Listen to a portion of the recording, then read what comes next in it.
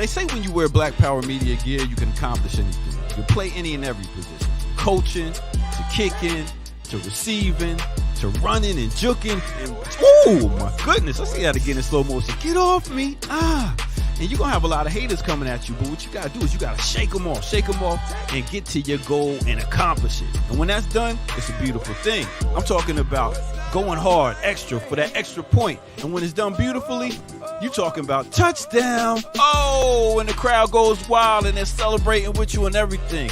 Man, let's see that again. Nice. Black Power Media, baby. That's how we do it. Now go to blackpowermedia.org and get you some of that gear. Empower yourself today. Yeah.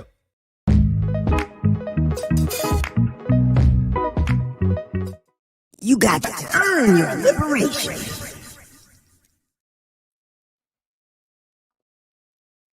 All right. We here. What's up, everybody? Good morning. Welcome back to Earn Your Liberation here on Black Power Media. Brother Diallo, Who's Jared that on Ball. the cover?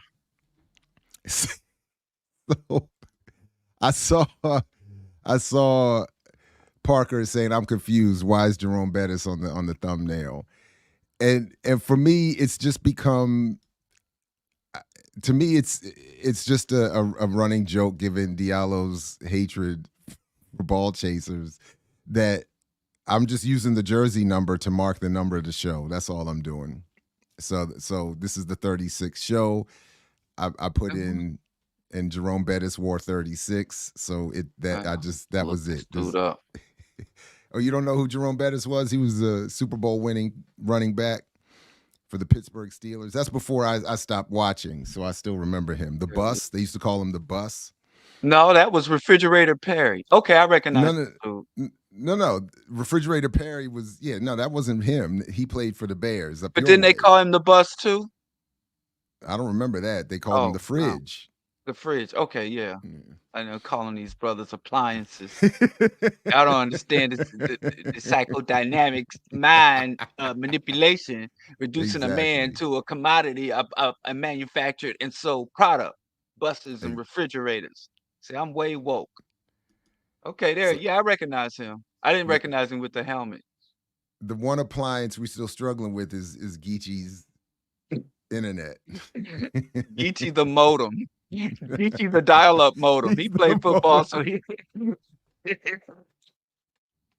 We got the Bus, the Fridge, and now introducing the modem. The dial-up modem. The dial-up. Has he heard us yet? I think the delay, he hadn't heard us yet. Geechee the dial-up modem, y'all. Oh man, Geechee. What was his jersey number? So we can put him up when we reach that show. Oh man, Geechee, can you hear us, man? I know it's frustrating, man. I don't mean to laugh at you, man. I'd be furious, and so I don't mean to. But no, he left. Okay, are you just in the audio? Okay, hold on. Let me set it so you can your avatar can be on camera. That thirst trap. Okay, Geechee just need to speak to the manager of the internet. Get your Karen on. Oh man, I had a Karen incident yesterday, dropping my daughters off at school. You know, outside of our school, it's just a regular street, and during morning drop off, there's sort of an unspoken. It's true. There's no official signage or law, but there's an unspoken rule that you turn it into a 4-way stop so that everybody has a chance to make it through. The buses can make it through. All the people dropping their kids off can make it through. And this Karen wanted to come speeding, bombing through the joint like it didn't exist and was blaring at somebody. So, of course, not being involved, I pointed at her as she was going through like, nah, that's your fault. And then she rolled down the window and said, "This is not a 4-way stop. This is it." And I was just like, pay attention. I have a theory about that, and y'all not gonna like it. Uh-oh. Because listen, you ever hear like people get upset about animals in when you have an ecosystem, ecosystems are very fragile. And when you remove certain species or limit certain species ability within an ecosystem, like the wolves. Remember, everybody was like, the wolves are just vicious creatures. And we take them out of the ecosystem, and they saw that everything, the plant life, the non-predatory animals, everything went out of balance. Now, the United States has never been a place where white women and white women's tears and white women's outrage weren't part of our ecosystem in this country. And it's like mosquitoes and leeches, and everybody's like, oh, this is a terrible animal. But now, if we create a place where a white woman can't cry and scream and get her way, what will happen to the American social ecosystem? It's over. Be careful, in our hubris to remove the power of the Karen. Now, there's always, if we eliminated all the mosquitoes, remember what started happening? The bats population, you know, so I'm just saying, be careful in our hubris. We have another warning situation that Dr. Clark warned us of years ago when he talked about the problem of the people of ancient Kemet in their hubris wanting to get rid of the what was it? Who was first? The Persians. They ended up with the Romans. something like that. And then when they got rid of the Romans and then the Arabs got on their back. The Arabs on their back. Right. So the Karen fills an ecological niche. When that niche it creates a vacuum. What will fill that niche? If we get rid of the power of the white woman's tears, what will fill that niche? That's all I'm saying. That's all I'm saying. And You're right. I know, we got to be careful. We got to be careful. I used to go camping a lot, and every time, baby, all these damn mosquitoes, and everybody wants to get rid of mosquitoes. And just because they're pests and they're horrible, we don't know what niche they're filling in the larger ecosystem. So if we eliminated all the pestering bugs, what could happen in our hubris? That's all I'm saying. So listen, before we move on, at 9 o'clock, we have Dr. MamyrahProsper coming on to talk about the latest in Haiti. So the show will elevate in its seriousness at some point. But before we do that, I wanted to, if you don't mind, Diallo, I wanted to say something to you and to Coco, who I believe is in the chat. I think I saw Coco was in the chat.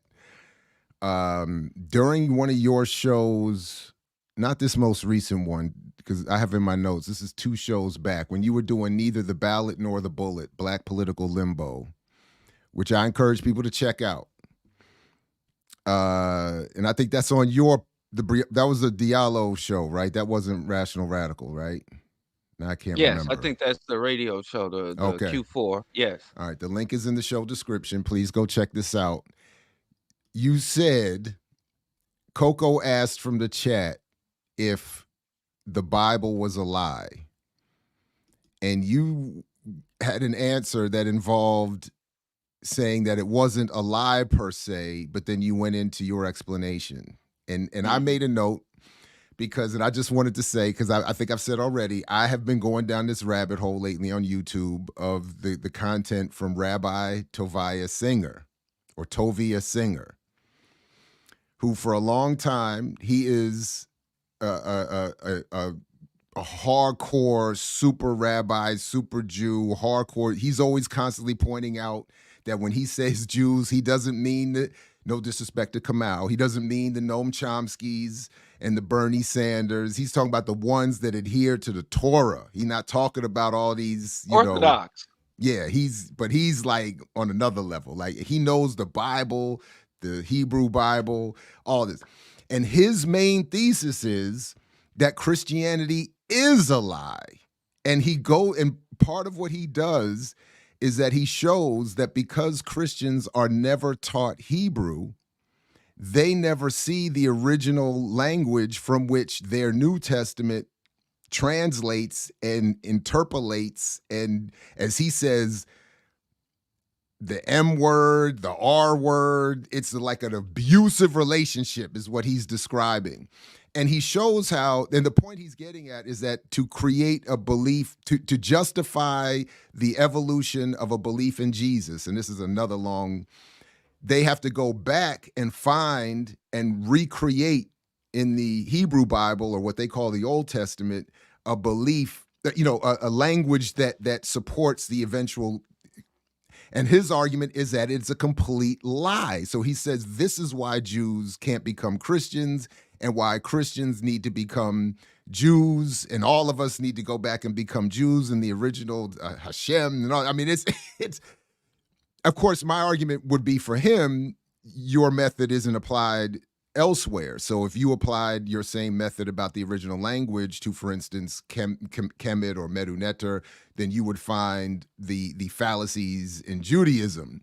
But up to that point, it's, to me, fascinating and fun to watch as he just busts up preachers and believers. But he's not. But here's the thing about that. Yeah, go Let ahead. me ask you a question. Sure. Have you ever went to see like a Marvel movie with a comic book geek? I have.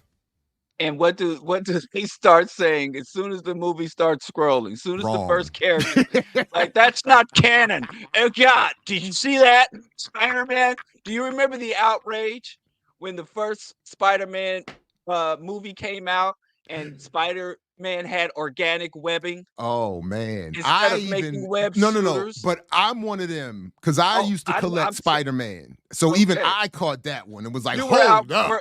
Right. Now, who was right? Was Sam Raimi or was Jim? Exactly. So this is the thing, though. When he wants to argue about the accuracy or the existence of the letter J or the numerology, where the numbers and symbols of the Hebrew text, the original text, when you're dealing with myth, folklore, fiction, you have full creative license. It's now the organic webbing was not canon, but now it is part of the canon because now they have the multiverse. And the multiverse has been emphasized. It's always been there, but the multiverse has been emphasized in order to integrate the comic books and the comic book canon with the movie canon. And they even have now Spider-Man 2099, who was in the most recent Spider-Man animated movie. So they've gone to the future. You're allowed to do that with fiction. When you're dealing with make-believe, when you're dealing with laws given by a supernatural being on a mountain, when you're dealing with bushes that are burned and not consumed, when you're dealing with utopian garden and a talking serpent and all that shit, you cannot complain. You cannot complain because my wife, she doesn't sit next to me. If we're watching a Marvel or a comic book movie, she sits far on the other side of the couch. If we go to the theater, she'll sit somewhere else because I'm calling out all of how the movie is inconsistent with the comic. It's not canon. We do that. I do that when we watch Star Wars movie, and I'm talking about just how they're going off. I talk about the individual characters' characteristics. Like, if there's a specific, and now it's gonna get real bad because 40K lore, Warhammer 40K is coming into the mainstream. That was a very obscure science fiction, grim, dark universe that only nerds knew about. And now they're making major A1 video games. They're about to make a animated series and TV series about 40K. And you're about to see a lot of this same shit. The 40K nerds, except for me, I'm the only cool one. The 40K enthusiasts are gonna lose their shit. Oh no, Diallo, you are lame. No, I'm you a are lame. I'm a negus. Negus and a lame. Real quick, all I would say, Rabbi Singer would agree with you. His argument is very clear. He says, I believe in the Hebrew Bible. And his argument is only that if you claim to believe in the New Testament, which is based on the Hebrew Bible, then you have to be willing to recognize that these falsehoods have been created out of the original. So he'll tell you, if you don't, you said, those originals were falsehoods created from Absolutely. an original, Again, but original. And the again, but that's not the point. But that's why I'm saying he would agree with you, because he's saying if you my argument only works if you accept the so-called New Testament as legit. And now he says if you accept the New Testament as legit on its own, somehow independent of Judaism and the Hebrew Bible, then you're good. It's only when you try to connect it back to what he says is to his stuff, now you've totally abused it. And that part I think is so that part I thought that was, so I just waited. I disagree. I think we give too much weight to mythology and folklore. No. Wait a minute. Wait.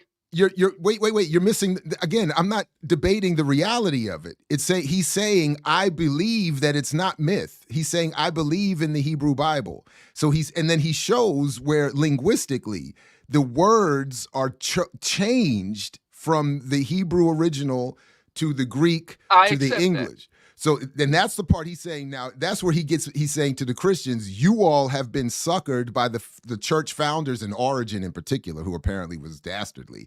But he's saying, and he says, so that's his only argument. Now for you, for me, he would say, you're right, because you don't accept the Hebrew Bible as real. You either believe it's stolen or completely made up. So he would have no argument, and that's all I'm saying, and I agree. But it's not about well, I believe it and you don't. Truth, facts, reality are not personal. You cannot handpick the realities or truths that you choose to adhere to. So I accept that he says, well, you can draw that conclusion, but I'm a believer. If you're a believer, then your conclusions, then you don't have a right to scrutinize the legitimacy of Christianity if you accept the legitimacy and factuality of the Hebrew text or the Torah. You don't get well, he would say the opposite, because if you believe in the Torah, then you can't believe in the New Testament. That's his whole fundamental argument. That's true. If you believe in the Torah, you can't believe in the New Testament. Right. Right? If you believe in Superman, you can't accept Lex Luthor. And I'm with you on that. That's the depth of the relevance. And so my problem is, now we can debate history. We can talk and try to suss out everything from understanding blitzkrieg warfare. We could talk about Napoleon. We could talk about the various, like you had mentioned, alluded to earlier, the various ethnic regimes, the racial and cultural regimes that emerge in post-dynastic Egypt, or the race and culture of pre-dynastic or early Egypt. You know, the antiquity era. We can talk about those things and say who's right and who's wrong. And where we don't have the material evidence, we can't even speculate. But when you're starting off with fiction, I think we give way too, man. There are whole libraries and whole academic courses based on fucking fiction, and they get as much legitimacy. That's my only problem. I don't mind discussing how accurate the translations are, or the inconsistency between the gospels. I don't mind discussing that. But before I'm willing to really get into those discussions about who properly translated what, first I need you to say, hey, the shit's all fiction. We talking comic books here. We talking comic books here. And then we can debate whether Martian Manhunter could really take down Superman if we excluded fire from the fight. You know what I'm saying? Then I'm willing to debate that all day and night. People are just talking about 40K lore. A lot of Nazis are really into 40K lore. And we could discuss why Nazis really like, or neo-Nazis love 40K lore in the grim dark universe. We can discuss that, but only from a point of view that the grim dark universe of 40K is absolute fiction and fantasy. And once that's established, we can argue the merits, the efficacy, the accuracy, the deviations from the core story, and the additions to the story. There is no point. Establish it's fiction. Minister, I think it is because there are. I'm sorry. Right. There are liars in Christianity. Well, but to the point, I mean, really, I just wanted to bring up Rabbi Singer because I find his argument to be fascinating, and I like and really to try to bring it back to some seriousness. What I really like about what he does is that he checks the people he debates on method. Now, again, he would be checked following his own logic were he to come up against anyone who understood anything about African history.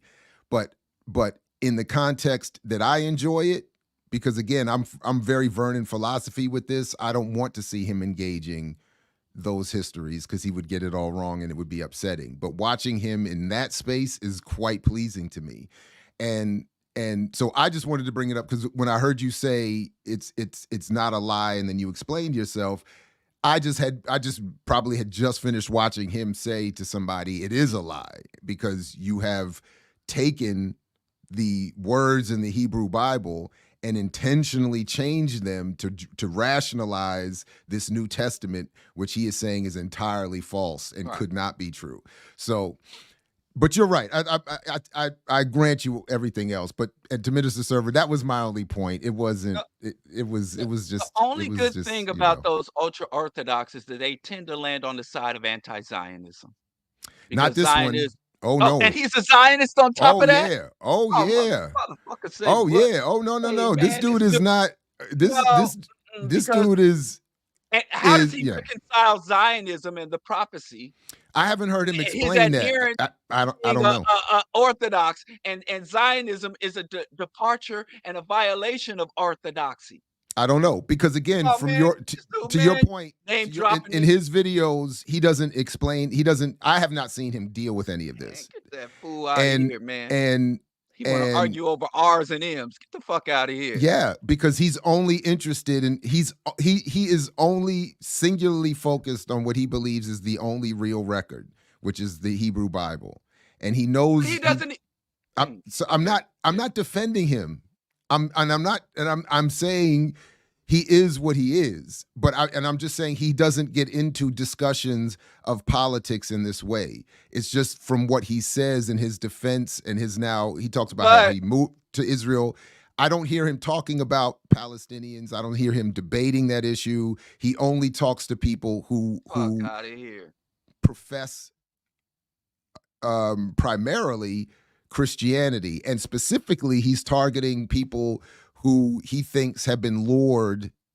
And I didn't even know this. There's the whole Jews for Jesus movement that I didn't know anything about. There's a whole Christian movement that uses Jewish symbolism to lure people into Christianity based in Israel, that he's in war with them.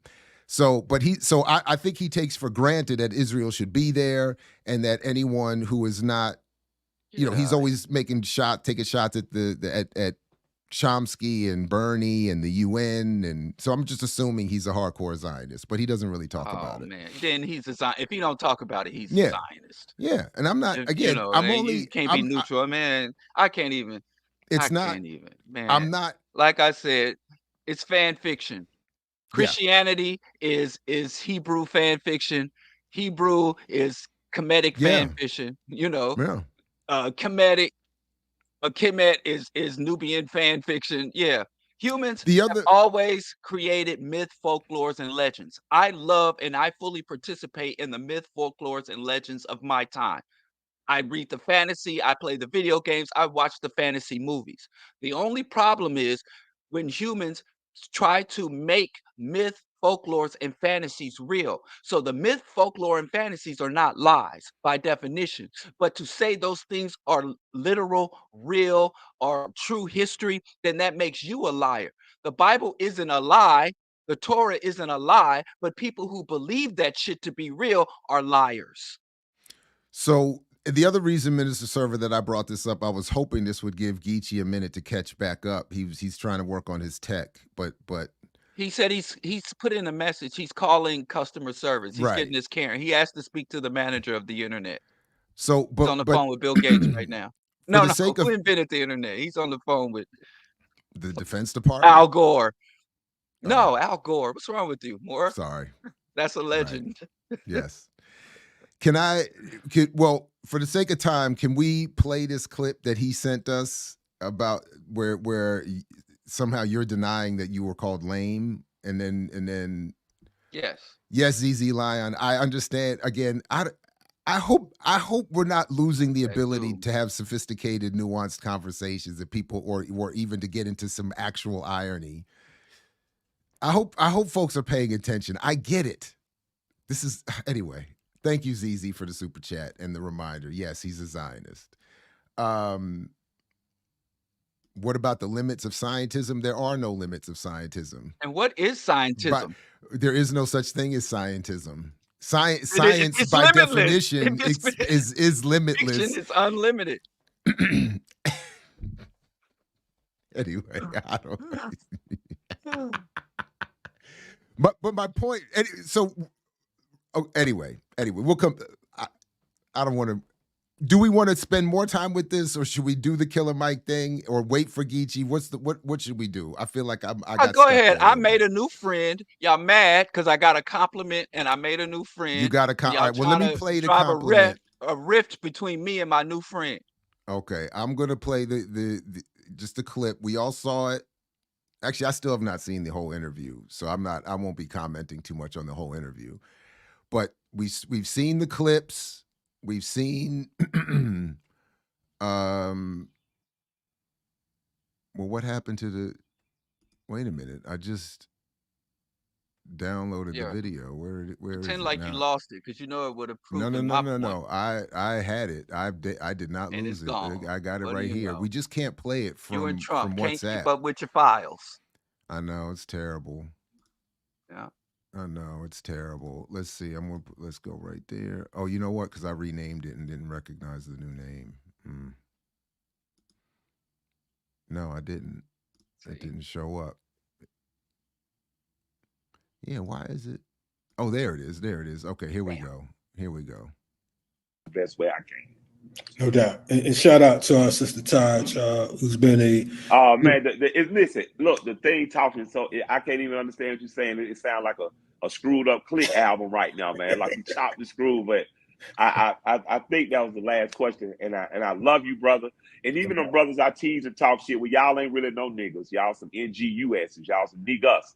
And I love y'all. I'm still not gonna rock with y'all on y'all show because y'all lame. But I want to see you win. No doubt, no doubt. He said, y'all. He said, he called me a negus, Oh, I missed that part. I didn't hear that part. See? Why are you surprised that I haven't watched the whole interview? I have very little interest in hearing KillerMike tell the truth. And even in the clips that I saw, I mean, especially that Cop City clip was so disingenuous and absurd that I honestly don't have any interest in hearing it. I've heard enough from him, and his analysis is so bad, and he had every opportunity to build with me privately, to come on here, so I'm not saying I won't, but I just am not pressed. I'm not interested. So I don't know why it's surprising, though. Did he say something profound? He gave me a new means of analysis. Oh no, but I don't need to see. Oh yeah, no, because I'm not doing an analysis of it. I'm not writing a treatise on it. So I don't need to see more to know enough about what he said. I have a new ideology to add to scientism. It's called budgetism. Before you stand up against an injustice, you have to evaluate the budget and determine the budget.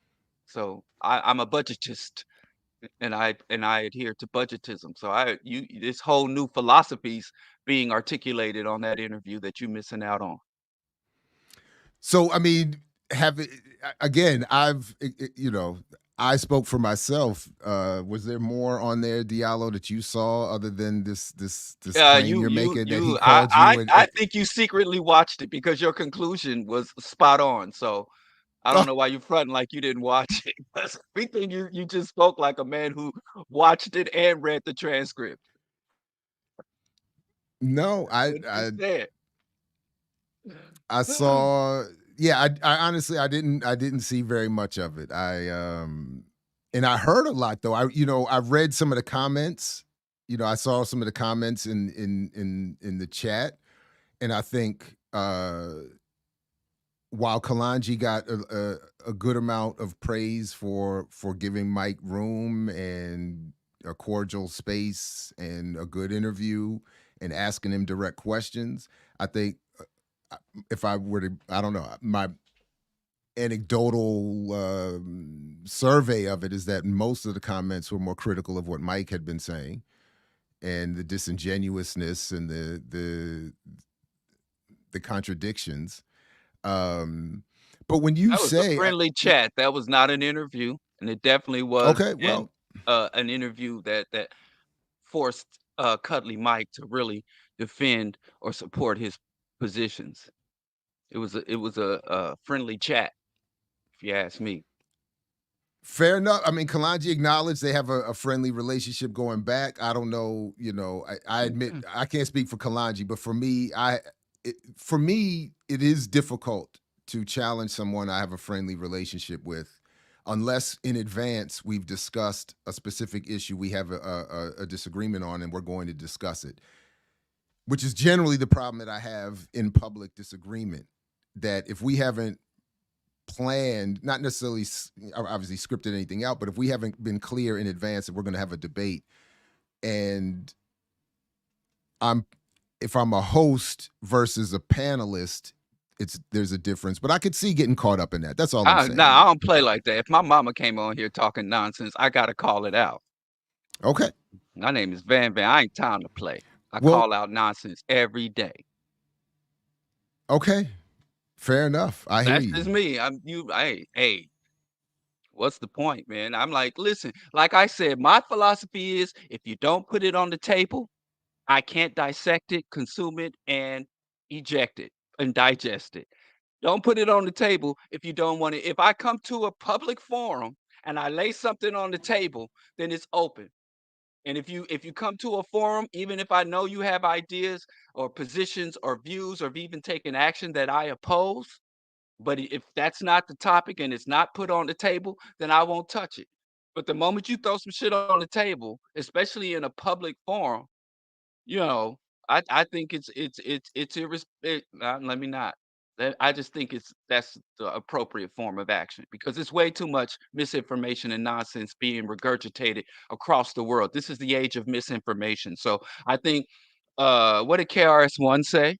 Who I'm a fan on, but if he came on here talking his nonsense, you know, um, he said if lies come with a if lies come with a 22, truth needs to come with a 45. So I don't know why truth, facts, and sound analysis always is confused with having to be polite or play humble or even be quiet when somebody's sitting here boastfully and unapologetically saying bullshit and nonsense. That's me. I agree. Again, I have no disagreement, and I accept when if and when it's appropriate. I accept that when it's directed at me. I can't. Again, And nothing can save you, Jared. People still hate on you. Oh, no question. And Oh, you're no polite question. and you try to be civil and you're mindful and you choose your words and people still hate you. Yeah, it's I don't know. Some of it is just what happens naturally in the moment. There are times when that hasn't worked out, but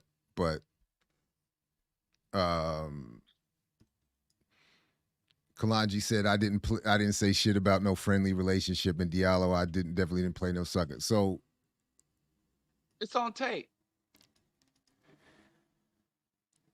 Maybe I misinterpreted what you said, Kalonji. I thought there was some reference to a friendly relationship, or No, I just assumed it was a friendly as relationship. an Or maybe outside third-party observer, it seemed like a friendly exchange. When I think he said a few egregious things that I think should have been challenged. That I think that if someone else came on and said those exact same things, but they were different people or had a different relationship to the host, I think they would have been confronted or addressed differently. But that's just my speculation. And that's what we need to be able to distinguish with. This is speculation, this is opinion, versus this is fact, this is demonstrable, this has evidence. But that's me.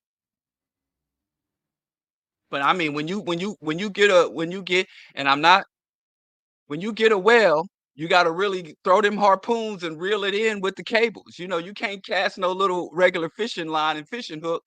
And when it's a whale, you got to bring out the harpoons. So when you have a dude with that level of influence that has literally strategically placed himself at the fore and made the voice. This brother my sons were playing Fortnite, and I walked in the living room, and my son was playing Fortnite, and KillerMike was big as life on the screen.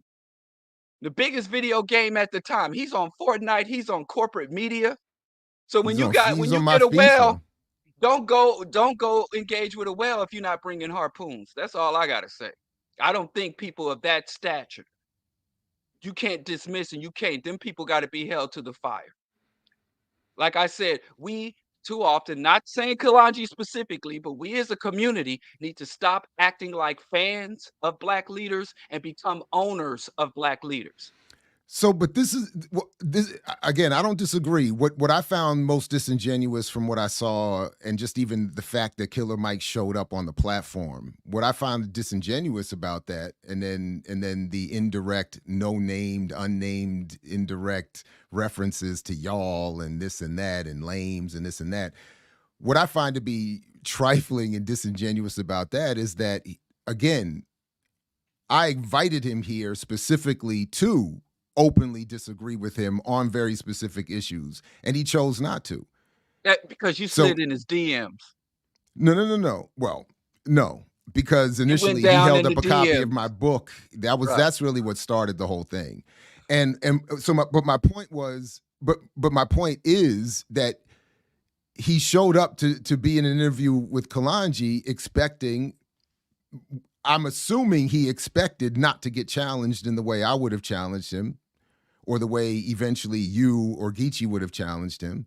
So that's why he chose to go there. That's why he chooses to sit on stages with white billionaires instead of having discussions with an actual Black left beyond the one, however you want to define it, discussion with Kalonji. And then to sit there and say, unless I'm misinterpreting it, unless somehow that clip is out of context, to sit there and say that he doesn't want to talk about Cop City because he was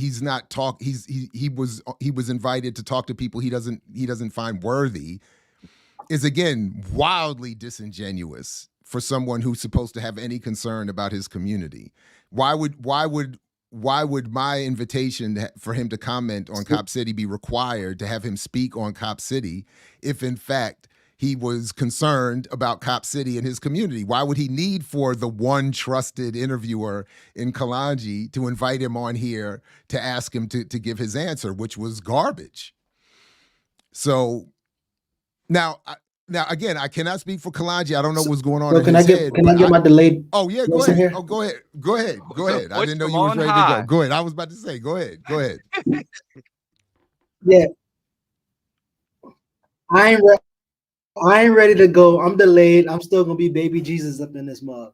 So like, there's a couple things that I saw. So the one thing when Mike says Kalonji is the only one he trusts, and he see them on the street, and he pretty much will beckon to Kalonji's call or do whatever he say. And so I would think that would be a moment, if Kalonji is also against Cop City, he could take advice from the person he trusts, right? And so I think that was one thing that was interesting. Like, if he said, anytime Kalonji call, I'll come. If Kalonji said Cop City, stopping Cop City is important, would you listen to him? Two, in terms of him saying being a political process, if the Cop City project is disregarding democracy, that's something else he should be against, right? Because if he says he's a part of the political process, he see that there's been ample hours of time of people saying we don't approve of this, and only the state or the city officials are going against it on their own. That's something, again, that it seems like he would be against. Now, when you read because he said he only said it to Kalonji, but he also talked to HuffPost. And I guess on the 10th, August the 10th, he said he laments the needs for the Community Advisory Board to get back to its strength. He says it had under Mayor Kasim Reed. He also says it's important to help people like former U.S. Rep. Cynthia McKinney of Georgia and Atlanta Citizen Review Board Outreach Specialist Charles Curry. Now, in terms of strength under Reed, I'm not sure if he's like being completely honest about that, because Reed didn't produce any strength in any kind of way for Black Atlanta, other than the few elite that normally kind of gets in office. So it seems to me like he's not even allowing himself to be held accountable to his own words on that interview. That's that one interview. We don't even have to go to anything else. Just that interview, he contradicted himself several times. And it seems like, again, I don't know if this applies to Diallo, the friendly conversation, but, and then last thing, when you look at that video, Kalonji, he said Kalonji's video's messing up. I know how messed up videos look. It doesn't seem like it was messed up, but it looked like he's ready to end that conversation because the press was probably about to happen. I agree. So he was like, yeah, brother, I don't hear you. Yeah, I love you, and boom, boom. And it's a wrap. So I don't know. Yeah, that looked suspect to me as well. When asked about the Cop City controversy, a training center for police and firefighters that's set to take up over 85 acres in central Atlanta and cost $90 million, he laments the need for the Community Advisory Board to get back the strength he says it had under former Mayor Kasim Reed. So everything was good under Kasim Reed? Is that the argument? He also says it's important to help people like former Rep. Cynthia McKinney, outreach specialist Charles. While he doesn't hesitate to speak his mind about political issues, he emphasized that he wants to focus resources and amplification for the people who are doing the work in those areas. I'd rather support organizations that are doing the right thing in the community, like Next Level Boys Academy, Georgia Youth Build. They do the work. Give to them. Don't. How come he didn't shout out FTP movement or community movement build? No, I'm just playing. I think, as KillerMike said in so many words, he said that he's not going to engage in any activities that will compromise his ability to get money. But he couched it in some rhetoric about taking care of his wife and kids, which reminds me of that one ball chaser who was offered a multi-million-dollar contract, and he was asked, "Why did you reject that multi-million-dollar contract?" He's like, "'Cause I got kids to feed." Like these materialistic, hyper consumerist black people, black capitalists are as absurd as those white capitalists they're trying to mimic. So he's essentially said, if it don't make dollars, if it cannot generate revenue for him, or Don't make if it sense. if it threatens the revenue he can generate, he ain't down with it and he ain't engaging with it. So I think he took himself off the board more or less. And anybody trying to take him serious as someone who wants to make any type of substantial or relevant change in relation to the conditions and status of Black people or any oppressed population is simply ignoring what comes out of the man's mouth. People are going off of what they believe about KillerMike more so than what KillerMike actually says or is doing. Thanks, Ray Johnson, for the super chat. Mike's position is we can't win. I don't want to try. How is open cowardice? How is And open let me delay cowardice? some more lines. Hold on. How? Mike's position is we can't win. I don't want to try. How is open cowardice disingenuous? Y'all know celebrities can't be radical. He's juggling, right? I think I get your point, Ray. And again, thanks for the super chat. Open cowardice is disingenuous if it's being presented as logical, rational, even radical analysis or behavior. So that's what I meant. And then I'm saying it's mostly what I'm saying about Mike being disingenuous is this suggestion that he can't talk to people because they're lame, as opposed because they just simply disagree with him and have an argument that he doesn't want to hear or can't withstand or doesn't have an argument for or a response to. So can I say something about the celebrities can't be radical? Yeah. I agree that celebrities can't be radical, but artists can. I think a celebrity is not just because someone is famous or a known artist or has a known name does not make them a celebrity. A celebrity, by definition, can be anyone who really embodies the highest aspirations of the status quo. That's why people are always like, Kim Kardashian, how is she a celebrity? She doesn't do anything. Or people always complain about these various famous people who are famous for being famous. Now, we do have very talented celebrities from art, from music, ball chasing, and all the other public. But then we have some celebrities who literally have no talent. And their fame is how untalented they are. So I do, but I don't like simply dismissing an artist, an athlete, or a person in the public eye because they have this level of notoriety or fame and say they can't be radical. So he didn't say that, but I think there's just kind of saying, well, he's well known, he's on the mainstream media, or he's got some fame and touring the world, so this is a celebrity. So I do think we really have to distinguish what a celebrity is. Not all known public figures or known public artists are celebrities, and not all celebrities are talented or entertainers or people who really have any type of impressive skills. So, but I do agree. By definition, if you by the time you reach celebrity status, you cannot be a revolutionary because you can only be a celebrity if you embody the highest aspirations of the status quo. So, Geechee, I know you wanted to jump in. Everything is Politics is asking if we're going to talk about Ibram X. Kendi, and I just want to say we have talked about it already on the platform.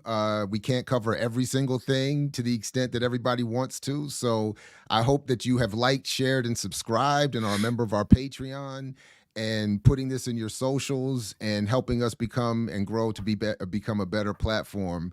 And are enjoying all of this wonderful content that is coming out literally on a daily basis. Sorry, Geechee, go ahead.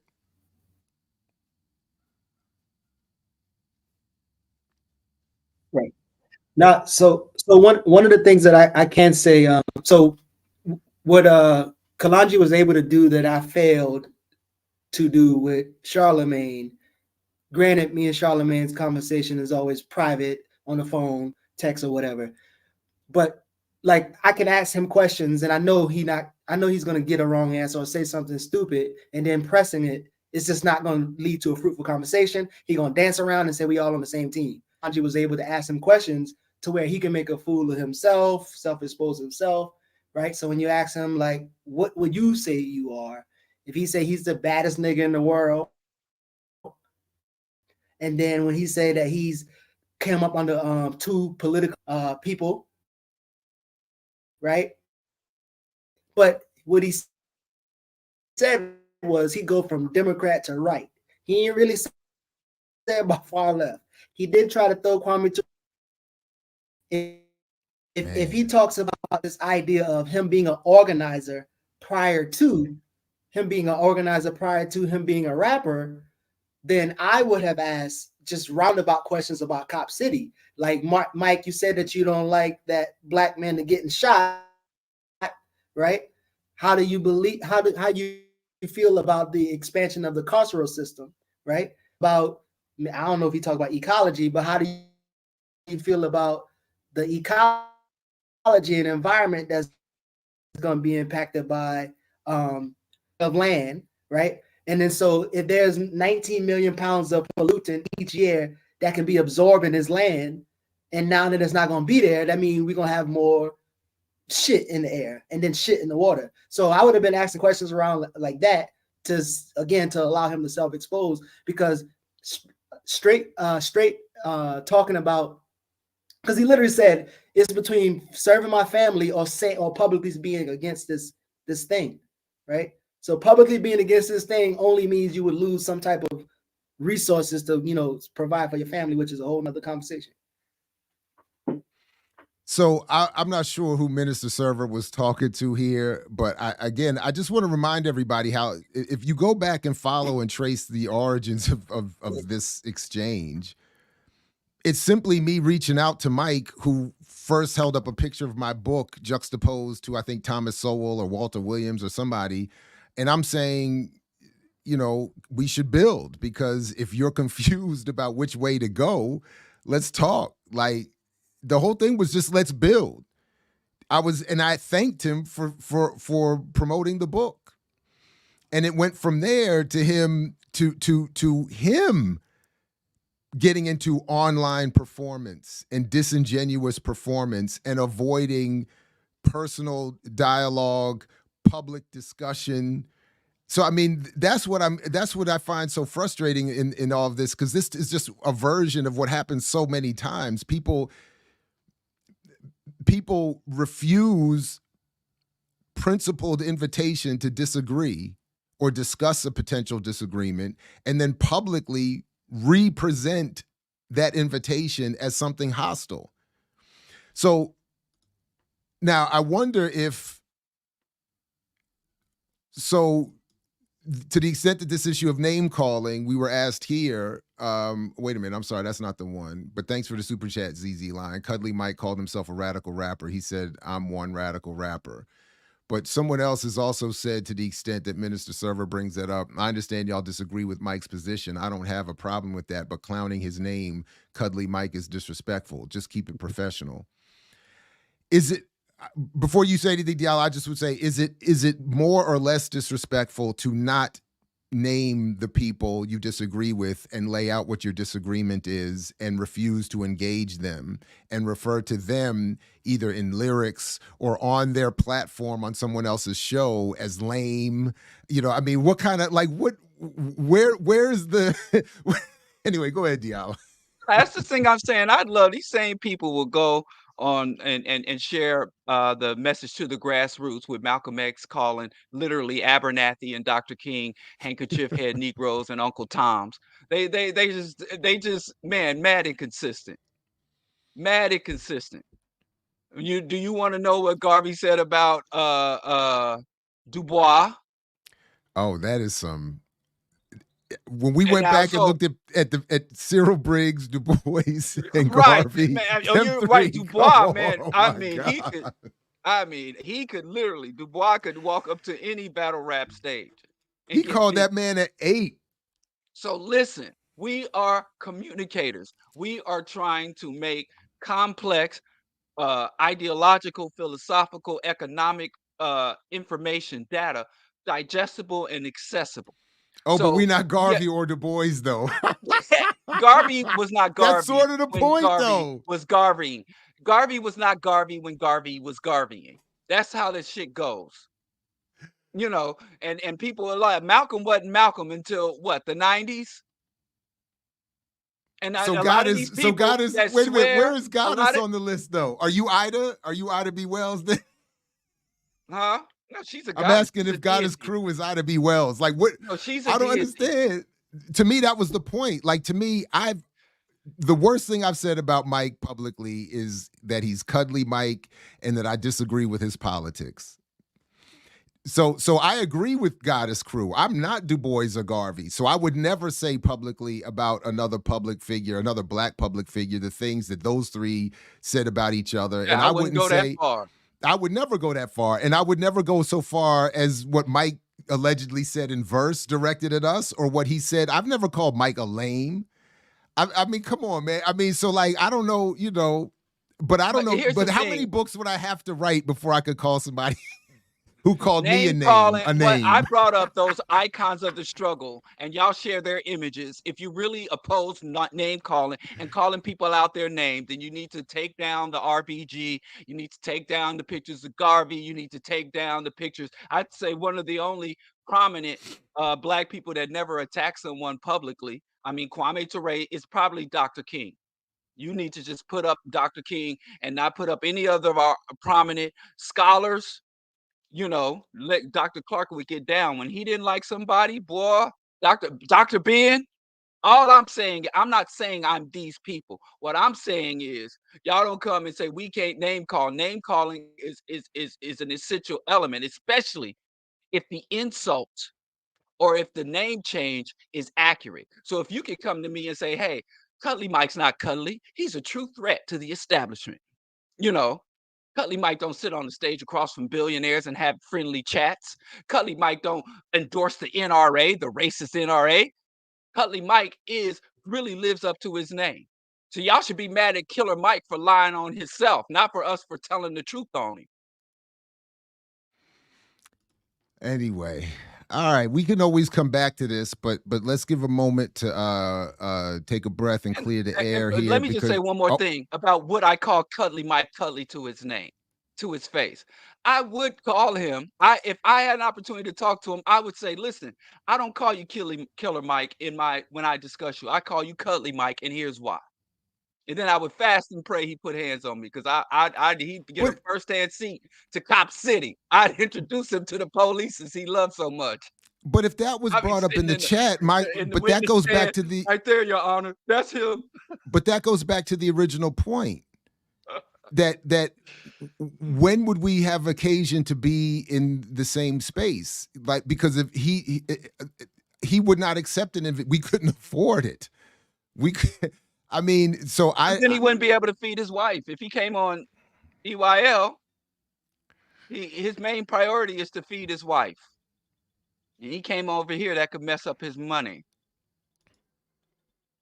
Anyway, so let's. What I was attempting to say is let's just take a break, clear it, take a breath. I wanna, let there be a moment of space before we bring up our next guest.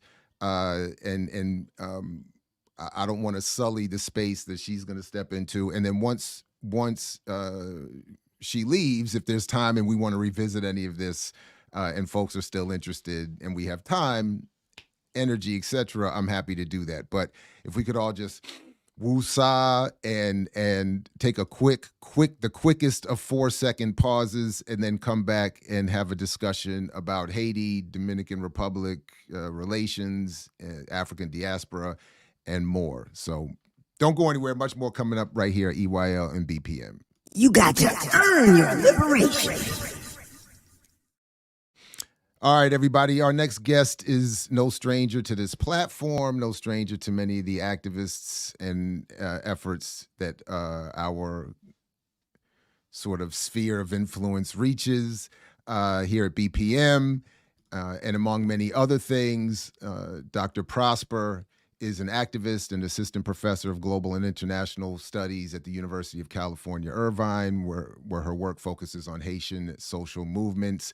She is also a member of Community Movement Builders and an always welcomed guest to this platform. Dr. Prosper, good morning. Greetings to you. Welcome back. Good to see you. Good morning. Good morning. It's really morning for me. It's 6 o'clock. Yeah, I know.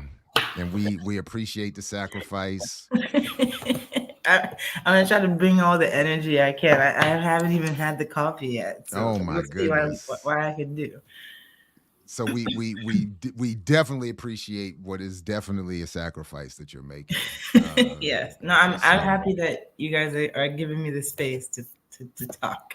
No, anytime, and especially since you're bringing know what is going to be just a bunch of good news. All is well. Everything is good. No problems. Right. Problem solved. That's exactly what I've come here to say. So, please go ahead. I know what is the reality of the situation. There is a little bit of good news. Oh, see, good. I mean, let's do it. So, okay, I'm gonna give you the bad news first. Okay. Okay.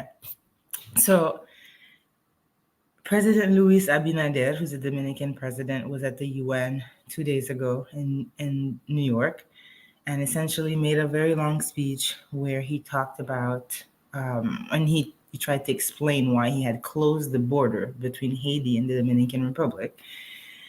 And he said essentially it was because of gang violence in Port-au-Prince, which, if we had a chance to pull up a map, I know the folks who listen here are Google savvy, so pull up a map, right? Look at where Port-au-Prince is versus the border, and the point in the border that's in question, we're talking about hours and hours of driving distance. And even though, yes, indeed, the gangs are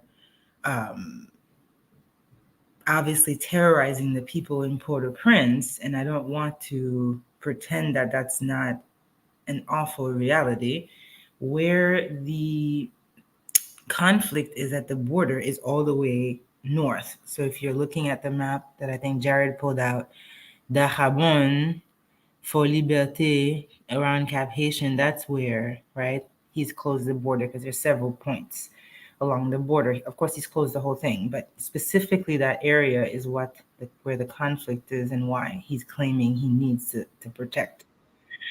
So let's talk about what's happening at the border in a little bit, but I want to talk about his remarks, right? So he talks about how Haiti no longer is able to deal with its problems, and essentially he backs up Biden's call, and Biden's making this call for a year and a half plus, right? They've been trying to do this since 2021, really. And essentially Biden says, right, the UN must vote on a resolution to occupy Haiti. Russia and China have been holding out, right? They got their Ukraine beef, so they're using the Haiti piece, right, to stick it to the US. And they've been saying no to invasion. And of course, this is, different than the position they had taken in the past, where they did go ahead and vote on UN missions to occupy Haiti. And we can talk about, that timeline. And so Abinader comes up and essentially he says, right, Haiti's a pariah in the region. If we don't come in and we don't take control, right, these people essentially, right, don't know what they're doing, then we're going to have a problem in our hands. And basically he's echoing what the Kenyans have said. There was a Kenyan delegation that came to Haiti a few weeks ago, maybe a month plus ago, and they came to do recon work to figure out how they were going to be able to train the police, reinforce the police, and themselves, right, fight the gangs. They stayed at the U.S. Embassy the entire time. So it's very clear to us, right, who's really behind this effort. And, I always come on all the shows and I'm very clear that we can't give a pass to what I call the traitor Negroes, right? It's not because I'm saying, well, Kenya is just a puppet. They're just empty vessels of white supremacy, right? There is also something there for them to gain. In this case, right, Kenya, I think it was also Jamaica, the Bahamas had proposed to lead such a mission. These are all countries who are trying to become, right, very important geopolitical players.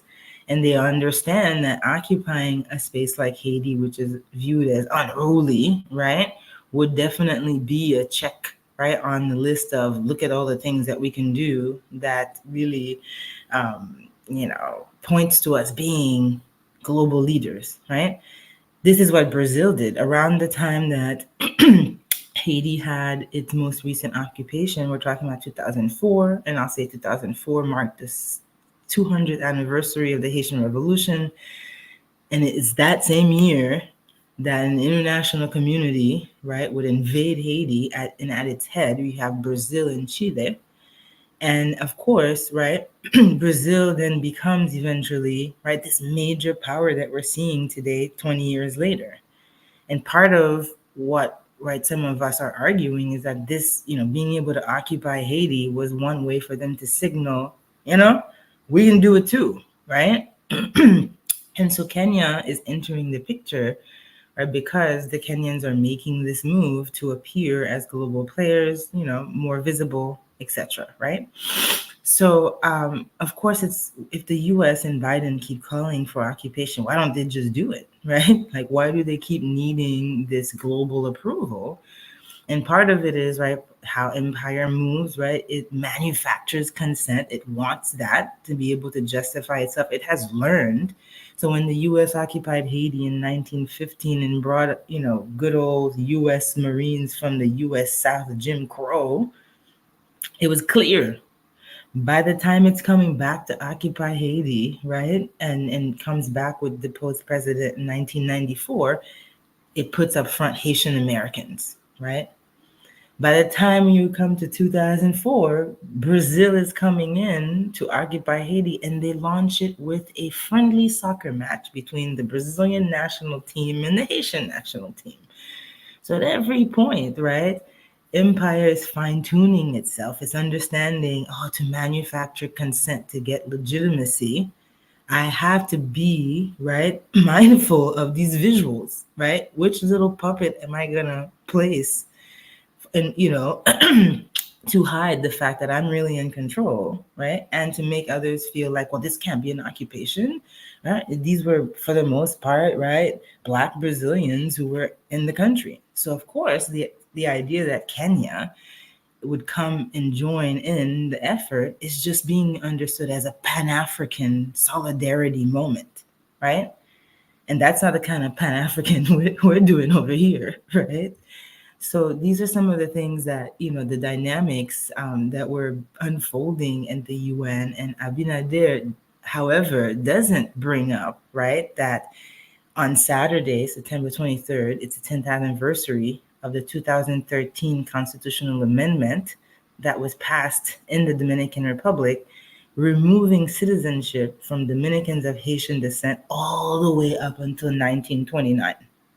It doesn't mention that. He says there's no racism in Dominican Republic. Meanwhile, they are lynching Haitians, right? Especially dark-skinned Haitians all over the Dominican Republic, right? He doesn't mention that. He actually denies it when there's a young student who comes up to him. It's like, there's racism, we love the youth. They're always ready for some confrontation publicly, right? Like, Dominican Republic is racist. And he's like, no, we have some problems, but, we're not racist, right? He doesn't talk about the wall that the Dominican Republic has been building since 2022 between Haiti and the Dominican Republic. And where does he start this wall? He's starting the wall at this point that Jared showed a little earlier in the north of the country, which is where he claims he's most afraid that the gangs are going to come. And what is in this particular part of the border right now? And this is the way the little good news comes, right? Right now, there are thousands of Haitians at the border, and they have dug up a canal, and they're building a canal themselves. We're talking about people are fundraising on social media, on the radio. Cars are passing by neighborhoods collecting $1. And there are thousands of volunteers that have come that are carrying cement bags, that are laying brick. Women, men, right? Of course, you have all the social media influencers who run to be like, hey, I was here. But the fact is, there's energy and people are claiming this thing. And this is part of what we call combit in Haiti, which essentially is when it's never really in this many numbers, right? But when hundreds of people come together, and usually they're farming each other's land, right? It's like, I'm gonna work your land today, you're gonna work my land later for free. Right? And we do this. And of course, there's some singing, there's some dancing, there's some drinking, right? All of that. This is part of, right, coming together and making of a community. And usually it's a small scale project, right? We're talking about, maybe hundreds of people. This time we're talking about thousands of folks, right? Who've come to the border. And why this canal? Why are they digging a hole and making a canal? So there's this river, and it has multiple points, the beginning, but most of it, I will admit, begins in the Dominican Republic.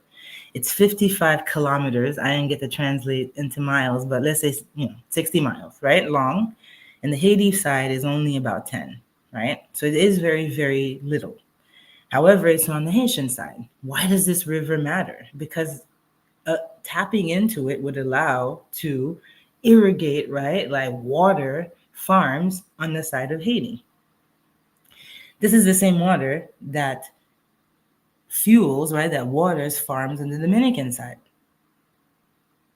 So the Haitians have been, and actually the Haitian peasants, the Haitian farmers, organizing for 10 years, saying to the state, we need to water our gardens, right? We're saying Haiti has a problem of food production.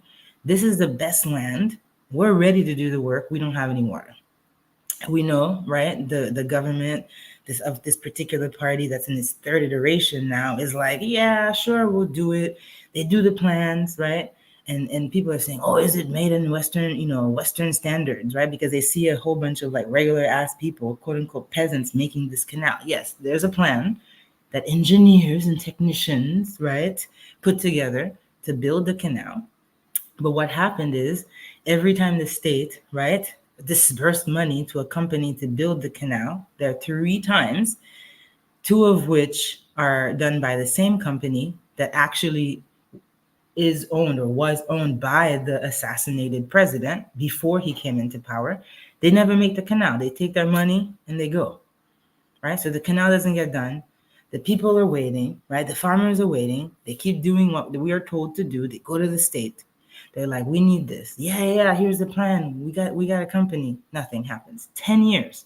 And the people were like, you know what, fuck it. We're going to do this shit ourselves. And that's exactly what they did. They were like, you know what, everybody, we're going to need all of y'all to come down here because we're going to build this. So, of course, the Dominican side is like, this is only going to benefit a few private individuals. That's what capitalism does, right? But the canal may come to benefit some private individuals, but it's going to also benefit, right, these small farmers. And so these folks started building the canal about a week and a half ago, right? Thousands of people at the border, right? People are singing, people are dancing, people are bringing food, right? This is like ultimate acts of, right, solidarity all around. And people are giving out their money. Even on Facebook, they're posting, we need this number of sack cements, this number of this, this number of that. So if you have a private company that makes this stuff, donate. And people have done that. And even the person who's like jobless, who like barely has like a few bucks, right, is putting in the pot. So this is a kind of good news because it shows us, right, my anarchist dream, we don't need the state. When we decide we're going to do what we need to do for our survival, we're just going to do it, right? And of course, there's a whole diplomatic issue because people are saying, well, who has rights to the river? The DR has 11 projects on the river, including dams that could affect, obviously, the flow of the river into Haiti. They never asked, or at least if they asked the corrupt leaders that don't represent the people anyway, right? So now Abinader, the president of the Dominican Republic, says, how dare the Haitians, these anarchists, he called them, who are making this canal. Apparently they're calling it an artisanal canal because they couldn't believe that, right, Haitians anyway, right, could be capable of anything great, and that let alone that we would have engineers and technicians on the job, right? And so there's a little bit of that anti-Black, anti-Haitianism that is coloring, right, that is like, you know, part of what people are saying. What they're really meaning is that we can't believe the Haitians is actually do some Western standard level canal, right? And not somehow deviate the river from making it to other farms on the DR side, right?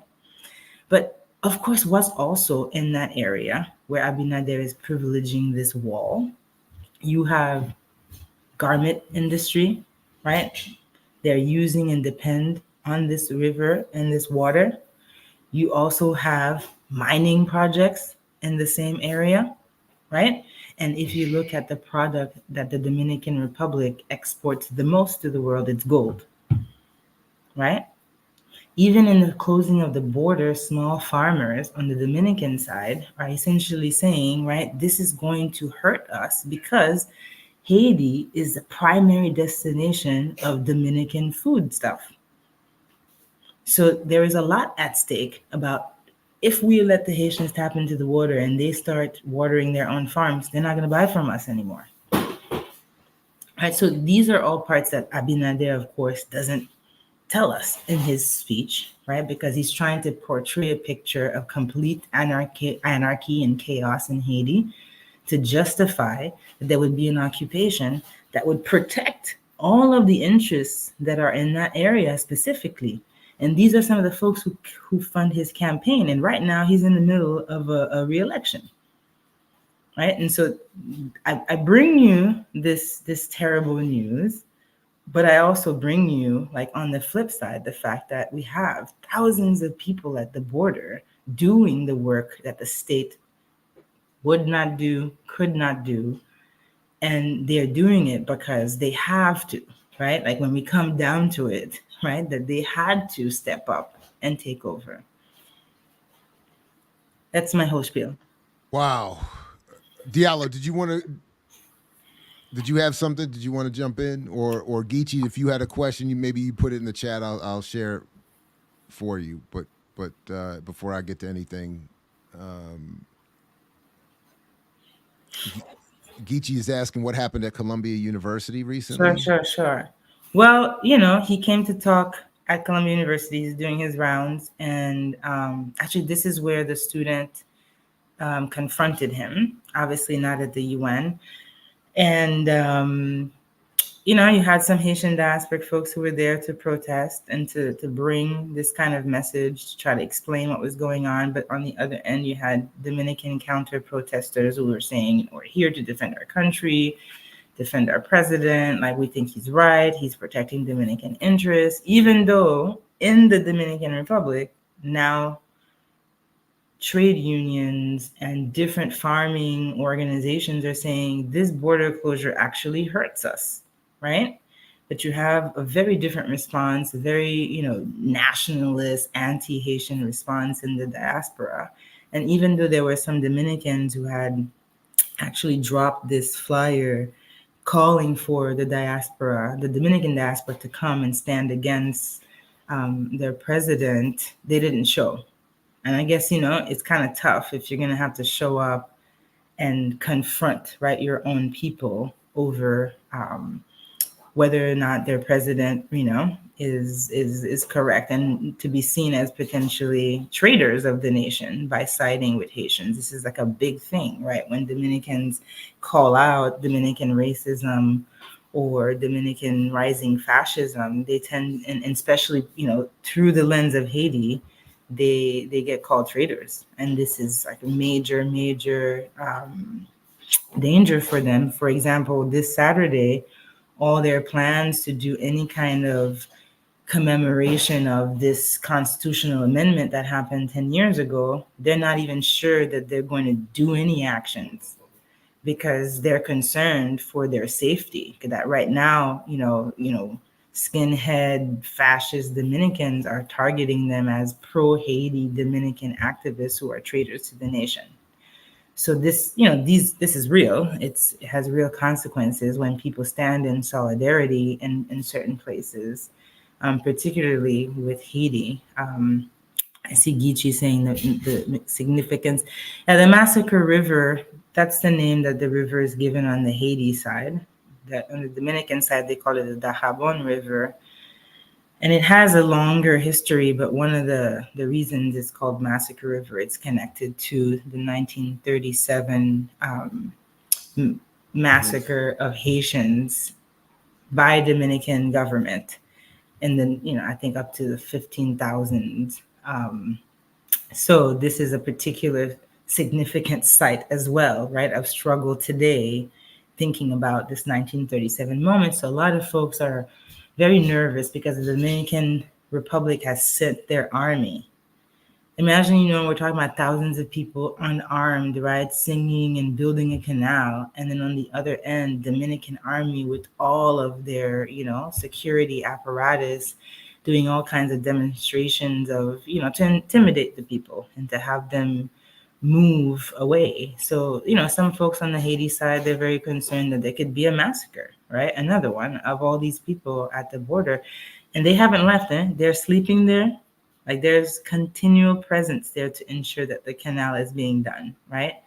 And so there could be some sort of, I can't call it a confrontation, right? If the Dominican army attacks the Haitian people, it'll be just a massacre. There's no real fight, right? So part of bringing this message to y'all is to make sure that people are aware, people are paying attention, are tweeting, are talking about it, so that it doesn't, if we have any power to prevent it from happening by giving light to it, that we might be able to help the Haitian people finish their canal. Wow. I Yeah. well, there's two specific things that you touched on that I'd like you to expand on. Number one, with the gang situation, whereas foreign imperialist powers are using the gangs as a justification or as a Mhm. springboard for intervention, um, and it justify, and on the ground, the gang leaders are asserting that they're providing vital services and fulfilling roles that have been abdicated by the state. Mm. So between those two conclusions, and the Haitian people are caught in the middle, how true or untrue are those assertions? Right. So, we use the word gangs, and there are certainly differences between the groups. Um, the common thread is that they are for hire and will then do acts that are anti the people. But certainly a lot of gangs are ones that have emerged out of certain communities, usually identified by some outsider, right, who's able to bring in the guns. So if you think about how colonialism worked, right, like you needed collaborators, someone comes by, like who's willing to do my bidding, right, and carry this gun, um, and do the work I need them to do. Of course, some of them, because they're coming out of those neighborhoods, they did what they called to do the social, like what you're saying, right? That however they gain their money, they bring it back to the community to distribute food, etc. And this is how they also build their loyalty among, right, the people, their neighbors. There are gangs, however, because this has become, right, an industry, people who are trying to start off, right, who are identifying neighborhoods to take over. So they come in very differently than, right, gang leaders who emerge out of those particular communities. Of course, you also have gang leaders who are former police officers. So, right, so we're talking about people with a certain amount of training. And there's one of these former police officers everyone's talking about, of course, and who has backing from some international friends, so is able to craft his image, right? And people are calling, those people outside of Haiti, I will say, and outside of his particular community are calling him, right, a revolutionary because he has the discourse, right? Anti the state, anti certain oligarchs. But the verdict is still out whether or not he really is a revolutionary, because what his gangs are doing is not turning the guns against, right, the folks who are trading cars or who control food distribution in the country. They're turning their guns against other gangsters in other little neighborhoods, and in the process, right, massacring hundreds of other people. So, I know there's a way we have a reading of gangs in the United States, right, as sort of the evolving end of Black Power movements, right? And we were always sort of looking to explain that phenomenon in some ways, excuse these actions, right? Because we understand white supremacy and the effects of capitalism on communities. And so I know some of us want to use that lens to look at the Haitian case and see in these gangsters like potential revolutionaries, but in fact, on the ground, they're acting as paramilitaries, right? An unofficial arm of the state that's able to go around terrorizing folks, right? And the state doesn't have to claim it. The state is not this is not the police, right? These are random others who are creating this environment of terror. But if we ask the right questions, such as where are the guns coming from, right? When they're killing others, when they're massacring others, like what's at stake? Why those neighborhoods? Why those areas, right? Why are they not turning their guns against the oligarchs, against the imperialists, right? If we ask those questions, then we might be able to see more clearly what their role is as paramilitaries and not use the same lens we might use to think about gangs in the States, right? So I would push us to do some. But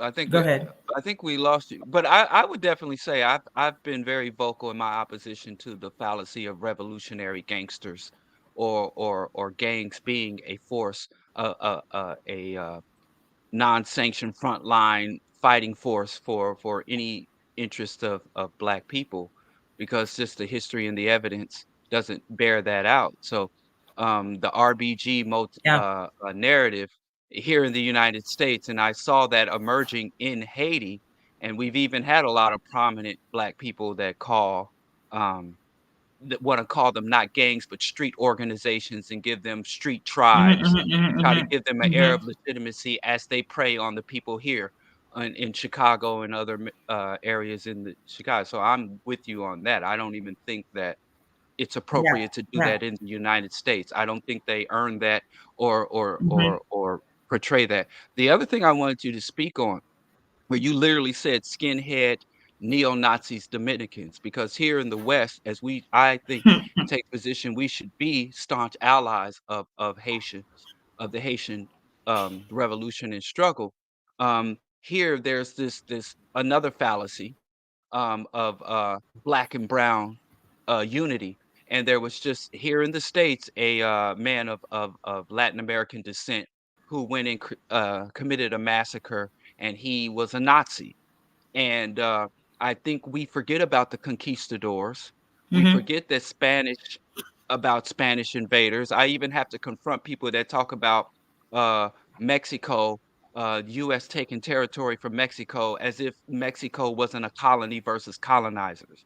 And they take the side of Spanish colonizers against British colonizers instead of opposing all colonizers. So I really appreciate the fact that you're pointing out that the Dominican Republic is a colonial state still occupied and governed by colonizers, advancing the interest of white colonial um, racism.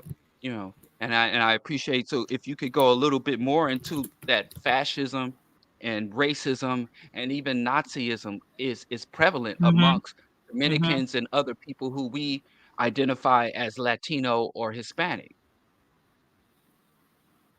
Mm.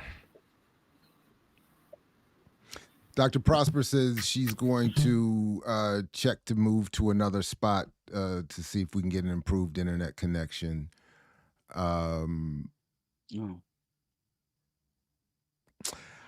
I don't know. Look, I'll be honest. Sometimes I envy your clarity. I sometimes I feel like I get caught in some nuance and maybe too much. I struggle with the total condemnation of trying to address gangs in different ways. I've worked with people who attempt to refer to them as street organizations to better contextualize the origins of these formations and the work that some are trying to do with them and that some within those organizations are trying to do. Similarly, when it comes to certainly Latin America, race, anyway, I only bring that up just to acknowledge my own. I don't know. I don't really feel like it's a lack of clarity so much as it's. Well, I guess it is in the sense that I don't have the. I'm not as. I guess yeah, I'm just not as confident and comfortable with the singular conclusions that you are able to draw in this and other cases. But I'm not saying you're wrong. I'm just saying I'm stuck where I am. And hold on, if Dr. Prosper, if you're ready, I think you're ready to come back. Yes, I think Okay, good. what you're saying is so important because I want to make clear that I'm condemning this. However, if the Haitian people were to have complete control over their territory and have to reckon with this gang problem, what are we to do? Right? let's say you were to chop off the heads of all the gangs, but in fact, the gang members, as we know here in the States, are children. These are 17, 18, 19-year-olds, right? Most likely themselves victims of, right, sexual violence and other forms of violence, who saw in these gang leaders, right, parental figures. Growing up in Haiti, this was already happening, but certainly after the earthquake, too many children in the street who were parentless, right? And the state wasn't doing anything about it. And we all said, I remember being in a car, my parents said it. I remember being an adult.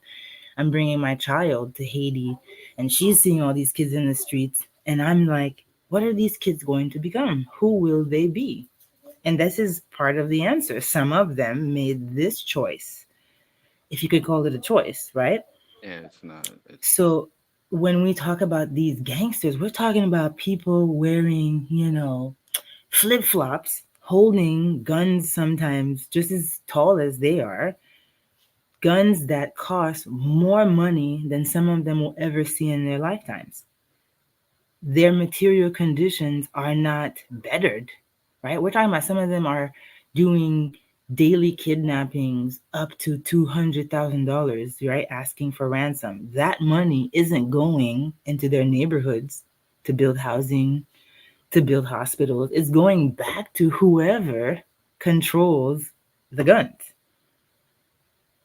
So I just want to be clear that I do have a nuance about sort of what to do next, rather than to say, well, are they gangsters? No, they are. They are doing some horrific shit. They're kidnapping people, they're raping people, they're killing people. I'm talking about chopping up body parts, right? So there is something deeply broken in these people because the country failed them. And this would be the option that they would have to take, right? You have people coming out of those same conditions who choose to do the community work instead without terror. And, we could talk about what makes a difference between one person or another who makes these decisions coming out of the same, right, material conditions. But I do have a sympathy towards the fact that these are children, these are teenagers, right? And if the country is going to deal with itself, it will have to lay out a very careful, caring plan about what to do with all these young people, right? Young men, to not lose a generation of young people in Haiti. So I just wanted to say that, yes, because in fact, right, they're still Haitian people, right? They're people who've been failed by the system. And so to just discard them would be no better, right, than the imperialists that we're always calling out, right? So I just wanted to say that. But, in this moment, we need them to stop, right? Like, because they're not just sort of, doing, attacking other gangs. And yes, we know there are always bystanders. The bystanders are at the number of 100, right, in this case. So they're not just fighting each other, they are also being used to vacate entire neighborhoods, right? Entire neighborhoods of people who are likely to be the ones protesting their fucked up conditions, cleaning out neighborhoods, right? Well, if we think about Haiti, the images that we've seen of the shanty towns, right? Like cleaning out those areas, especially one of the latest ones in areas that have been identified as being rich in all kinds of gold and other minerals that the international wants access to. So when we see where they are located in the country, what groups of people they're attacking, and how they're attacking people, right? We have to ask those questions. Where do the guns come from? Who are they protecting, right? Whose agenda are they actually advancing here? Because I know from afar, we look into it and it looks like chaos and it looks like it's random and they're just terrorists, but in fact, it's targeted, it's planned, it's coordinated. It's coordinated to the point where they attacked one particular neighborhood in Port-au-Prince, and other neighborhoods that had prevented, essentially the gangs took over this other, if you were paying attention about what's happening in Haiti, they took over this major road where gas distribution, right, happens throughout the country to control, right, that asset.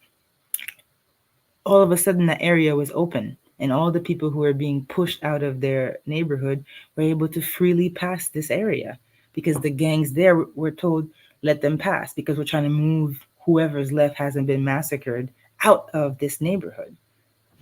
So I think those are the questions to ask about why the gangs. And I will say one last thing is that part of the gang response is a direct response to people protesting. So if you were paying attention in 2018 in Haiti, the country was shut down. This was since 1980s, the first time one thing united all the people, and they took over all the cities of the country, and we're talking about up to the numbers, of 1 million. And they said to the state, where is the money that you were supposed to have invested into social programs, infrastructure, etc.? And after the first march, October 2018, that's said to have gathered 1 million people throughout the country in different cities, and they announced a second major protest, boom, first massacre. So we have to read the gang violence against years and years of what led to this 2018 peak moment and movement. And the state realized they couldn't just fight back, right? Militants, activists in the protests with police repression. They had to deploy this other hand that could apply this great force, right? Massacres, kidnappings, to tell people you need to shut the fuck up and sit down, and I'm going to do what I'm going to do, right? They silence the working class, they silence the poor, they silence even the middle class. There will be no complaints because this 2018 moment was such significant in our history in Haiti because it was a cross-class moment when significant numbers of people in the middle class understood that they needed to contribute to the popular demands about, right, making Haiti a livable place. And the gangs were a direct response to that. Kidnappings, right, of mostly targeting middle class people, massacres mostly targeting working class neighborhoods, right? That these are deliberate efforts to push back against demands on the ground for accountability and transparency at the level of the states.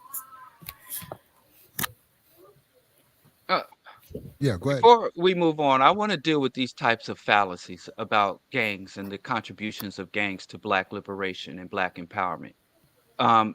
Where this nonsense where Martin Luther King came to Chicago and the gangs protected him.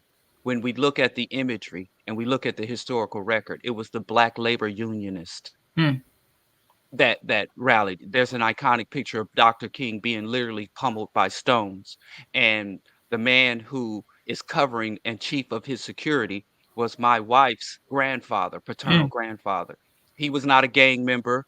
He did not support gangsterism, and they were unionist organizers, and many of them came out of the church hierarchy, the deacons and ministers. It was not gangs that protected the king, and we have evidence that the gangs actually threatened King and manipulated the larger movement. But not to take away, but these are the type of things we have to deal with when we talk about gangs and the Black community's mythology that we've built up around gangs, because we are such a weak people in the face of oppression that we love to see any type of um, pushback against our oppression, armed, militant, uncompromising pushback against oppression, that we project our sympathies, our love, and our hopes onto factions that are armed, strong, militant, masculine, when those factions are not in any way representing or speaking to the interests or advancement of our people. So I Yeah, do yeah. appreciate that. And And I've said that the people who are building up this particular gangster, who's the former police officer, as a revolutionary, and he claims he doesn't do kidnappings and rapes. So I'm like, then what do you do? But he doesn't say what his gang does specifically. But I mean, if we could flip him and he could be, he could run in people's army, then people come to their revolutionary place from different points, right? Maybe, right? But the evidence is not pointing towards him, you know, taking on those who really actually have power in the place, right? But yeah, this is one of the things that I've talked to with my comrades in Haiti. I'm like, so y'all organizing your own liberation army? Like, what's the deal? What is this persistent and non-violent strategy that has gotten you killed? At some point, you're gonna have to make a very different decision and reposition yourself, like outside of the way that the West, right, has made any kind of armed revolution, you know, synonymous with like, you know, this is scary. We don't do that anymore, right? And I keep thinking, you know, what's happening in Benin and Niger and Mali may be a return to some of these um, ways of getting us closer to liberation that, you know, maybe, you know, those of us here have Okay. to reconsider, right? Like, what is this whole like non-violent thing? And the non-violence is going to get you killed. It's getting us killed. And so, you know, I asked my comrades, I know it's not, you know, in style to talk about, you know, armed revolution, but y'all getting killed. Like, you cannot respond to these paramilitaries with any kind of real force. But I'll say what's been happening in certain neighborhoods, and this is what I was saying to you earlier, calling them all gangs just sort of flattens out the differences between them, right? But there are certain neighborhoods that are responding to the gangs that are trying to invade their neighborhood. So the neighborhoods that don't have gangs, right, that are maybe something like targets of kidnappings, they're saying, we're not going to stand for this. So a couple months ago, you may have seen this maybe in headlines. They're calling it Boakale, and you know, we could talk about what that means, but essentially they're saying that this is the people's revenge, if you will. So in certain neighborhoods, people just came out with their machetes and with some rocks, and they were like, we're going to fight back, right? And in these particular areas, they're being organized by police officers off duty who have the training and who are saying, well, you know, we live here and we're not going to let these dudes come in. They're not using guns that they've been given by the state. They're using either their own guns or machetes, right? So we're talking about people fighting with just their hands against folks with military grade guns, because they're saying, well, we can't just lay down and get killed. We have to give a response as well, right? That's happening in certain neighborhoods in Port-au-Prince, like right now, the fight back. You're not seeing that anywhere in the news, right? Nobody's talking about that. But there is a response to the gang violence. It's not just a laying down and throwing up our hands and saying, please, you know, go ahead and kill us and rape us. There are responses being given, but it's, you know, the spirit of the response is great in the resistance, but it's laughable, right? Like, you know, I remember being in Haiti and I'm driving around and I had a machete and my partner goes, so what, you gonna fight the bullets with that machete you got? I was just like, I don't know, you know, but you know, this is my gun, right? I don't have a gun, but I have a machete. It's very Haitian, very Caribbean to carry around a machete as a weapon. But this is actually what folks are doing. I have cousins who are like, yeah, we're at home right now and everybody's got their machete, you know, like we're prepared, we're ready for like whatever, confrontation, which would be a slaughter, of course. But people are not just, and I'll say this to you, it is actually, you know, a lot of folks are reading the gangs as like imperialist tools. And it's quite sad that actually the fight, right, when it comes down to Haitians fighting for sovereignty, Haitians fighting for control of their country, that who we're standing up against are actually our brothers, right? And It's not an imperial army on the ground. It's one that's outsourced itself, right? Taking advantage of the misery to push Haitians to kill other Haitians, right? appreciate that. And before you had the technical issues, you were about to respond to the whole Nazism Oh and yeah, fascism. yeah. And when people are in the Caribbean or south of the US Mexico border, they are white. But when they come into the US, they magically become brown. And that delusion, I think, confuses a lot of our ability to comprehend who's truly on our side and Mhm, who's mhm, truly do mhm, we have mhm, to mhm, mhm, oppose. So mhm. Yeah, I mean, that whole brown, white, black thing. Remember the guy who was the Proud Boys head, Right. like that, brown skinned Cuban, and everyone was like, I remember going, come on, you can't even pretend to pass for white. Like, what happened to you? You looked into a mirror and like you were like, this makes sense. I don't get it. No, but you do have deliberate efforts in the early 20th century, even 19th century, on the part of the Dominican state to encourage migration from Europe into the Dominican Republic to whiten out the country. And this is not unique to the Dominican Republic. All the Latin American countries, right, like had, campaigns for bringing in Europeans to whiten out their countries, right? Because they were facing a large indigenous African population, and they're like, oh, we want to be in the ranks of those up north, right? And we want to remain like a white dominated country. So there was an investment, right? And pulling those folks and calling them to come establish themselves in the Dominican Republic. You have a little bit of that happening on the Haiti side in ways we don't talk about, right? In Dominican Republic, it becomes a little easier because, they're so fair skinned / maybe white passing that the language of Nazism and skinhead we can use to talk about them. But in the same ways that you have these, state sanctioned vigilantes, right? And in Haiti, right, who are doing the work of the white supremacists, so like black people killing black people, right? It makes sense that you would have white-skinned, light-skinned Dominicans be a part of disciplining, right, the Dominican population and part of helping distance Dominican Republic and constructing it as white against a black Haiti. And the Dominicans are really invested in their being white and not being Haitian, right? Again, because of what that means on the global stage. Sorry, I thought we would be done, though I'm loving this. I have a crying baby. Oh. Congratulations. She's gonna We pop appreciate up that. any minute now. That's why I'm No saying worries. it. Yeah, So, Let's call the nanny. Oh yeah, I have one of those. At Tell the nanny to 6:40 in the morning.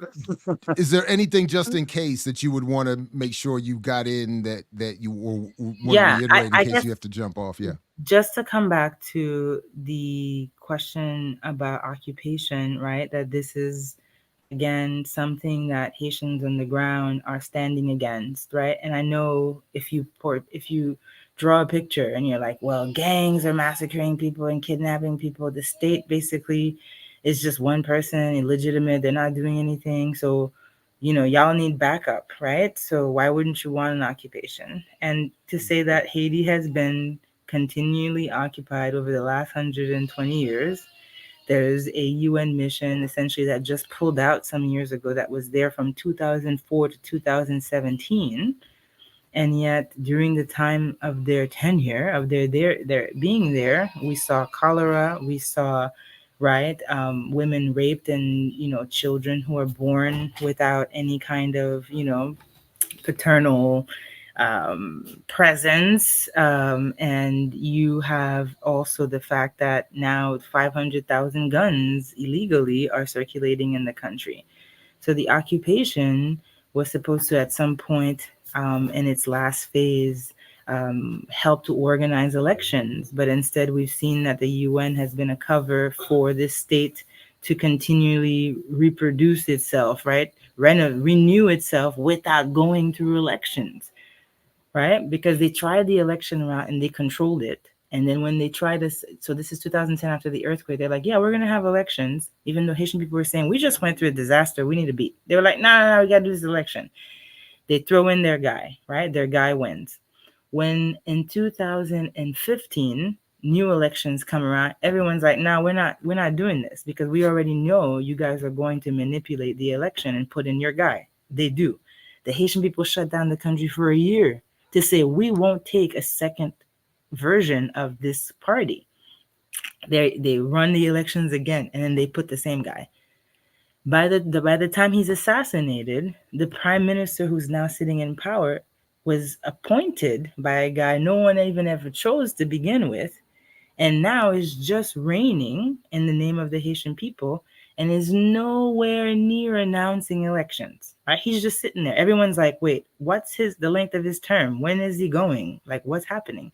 But this UN mission is supposed to make sure that elections happen. The UN mission is supposed to be there to ensure democracy. There's no parliament since 2020, which means the executive in the form of the prime minister is the sole decision-making power in the country of 12 million people.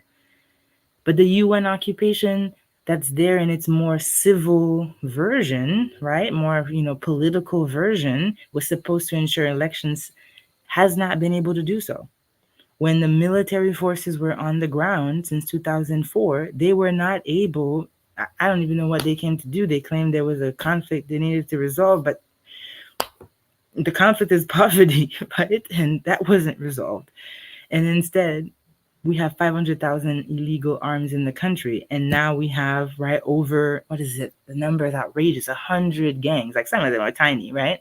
Sprawled out throughout the country. We've had occupation before. We know what it does. So, of course, the Haitians are like, what's that going to do, right? And, of course, that makes them sound fucking super ultra left crazy to some. And so you have a more liberal positioning, with some organizations that are like, well, no occupation, but can you like reinforce our police, right? So there is a little bit of nuance on the ground in terms of what we want, but the more radical faction of movement in Haiti is dominating the discourse today, I would say, in terms of, so go ahead. No, I just wanted, before you leave, because ZZ Lion again comes through with a strong super chat. Could you read, and if appropriate, not tactically revealing, translate whatever is being said here? Yes, we met at the National Black Organizing Conference, and I know I'm supposed to like follow up. I will be following up, but he says bonjour, sac passe. So good morning, what's up? Comment ye, how are you? Thank you for your work for Haiti, is basically what he wrote. So thank you. Right on. I didn't want to get the Google Translate out and start fronting, so but thank you. No, Google Translate for Creole is actually not that bad. So really, yeah, it's decent. You can get by with it. I don't know that you have time to cover a question like this about the Haitian Army, Western Police. I'm not sure. I can quickly answer it to say, wasn't it the West that abolished the Haitian Army for the Western Police?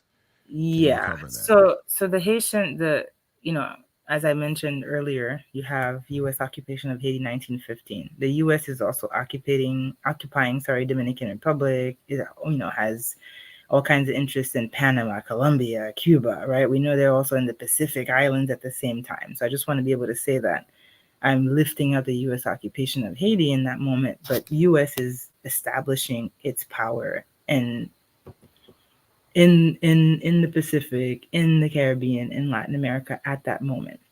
And one of the key things they do, first of all, is bring Jim Crow. So imagine in Haiti, black ass country, they impose Jim Crow, first Black Republic. They're like, we're gonna bring this to this country, and they actually enshrine it in the 1918 Constitution, right?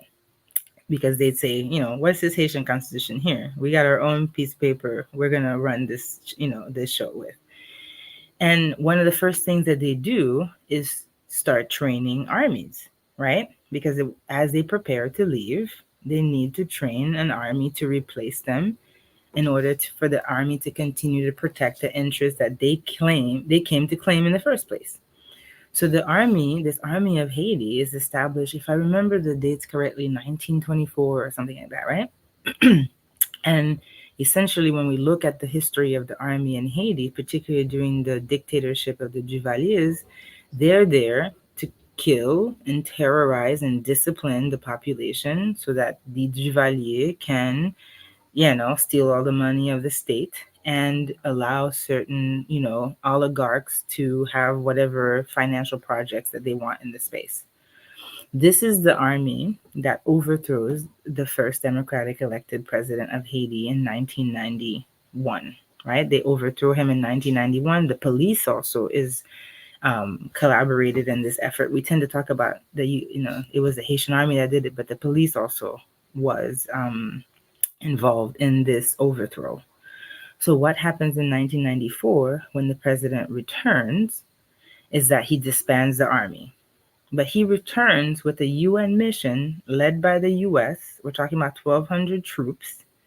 And one of the first things they do is not just disband the army, but they start a whole new. So when you go to the site of the National Haitian Police, you're going to see that they start counting their existence since this 1996, 94, 93 mark, right? So they were now a new police force trained by this UN army. Okay, so that's that. No more army, but we got a police trained by the same people who used to train the army, right? So that's already the first thing. And so when you see in 2004, what happens is the Brazilians come with this UN mission, right? And they are now the new army, right? They are the ones who are enacting, protecting the kind of interest that the international, right, is invested in. And so they are the actual military presence of the United Nations mission is removed in 2017 in Haiti because Haiti is able to rebuild its army. So essentially, the president said this. This is President Martelly.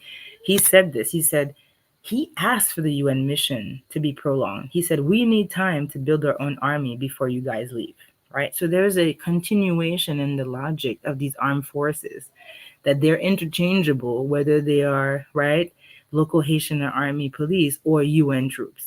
They are all operating within the same logic, which is to control the people of Haiti. Am I saying anything we don't know about the police? You know what I mean? In terms of like what they're supposed to do, right? That they're protecting property, they're protecting capital, whether or not, right, their skin is the color that we share, right? That they are, in fact, right, agents of the state. So, this is not an independent army. I know Evo Morales had this whole thing about how he was going to start like his own like leftist militant like military training. A couple of us like heard about it. We were like, oh, we got to go down there and train, right? But like that's not who trained this police force or this current army that actually exists but hasn't really. I'm not doing anything actually. The army has not been ordered to do anything, including fight back the gangs, by the way. They've been asked to sit. There's actually informal conversations with certain police officers who say that we're ready to fight, even if we're not as well equipped. They say the order is not coming from the top. The state is not giving, right? The executive is not giving the order for them to really crack down on the gangs. So these individuals, and I keep saying, which one of them is going to have that courage and be like, fuck it, I'm taking all the state's, ammunition and I'm fighting back. So this is why a lot of us say these gangs are part of the state project. Because if we're hearing that the state refuses to call like all of its police force to deal with this problem, then it's because this problem is something that they want. These are deductions, but that's what we're left with, right? We got to read the evidence, right? Dr. Ball, it's the evidence. Okay. No, definitely appreciate that. And I don't know how you are on time. Shout out to Jimmy Kirby. Appreciate you coming through. Good to see you again, brother. Thank you. Yes. No, I think I've said as most as I could go on, okay. but I think we've done what we could do. Okay. Before you go, one more thing. Yes. Contact information for our audience and contributions. How our listeners can contribute to your efforts specifically and to the broader struggle as the larger African Yes. diaspora in Yes. solidarity with the Haitian revolution. So I know I'm supposed to be better at like tweeting and all that stuff. My social media presence is like minimal. I tweet Shameful. when I really have something important to say, I'll tweet. Otherwise, it's like everything I can't comment on. I feel like I gotta wait for something. But yeah, I do. I could be contacted via Twitter. It's my name, which appears here. Is the handle. I'm gonna start using that when I sign in the future. And I would say if you're gonna donate, it's easier to donate through Community Movement Builders. Community Movement Builders does international work in Haiti. We are presently building a community center. It's actually almost complete, and we hope to organize a CMB delegation there 2024.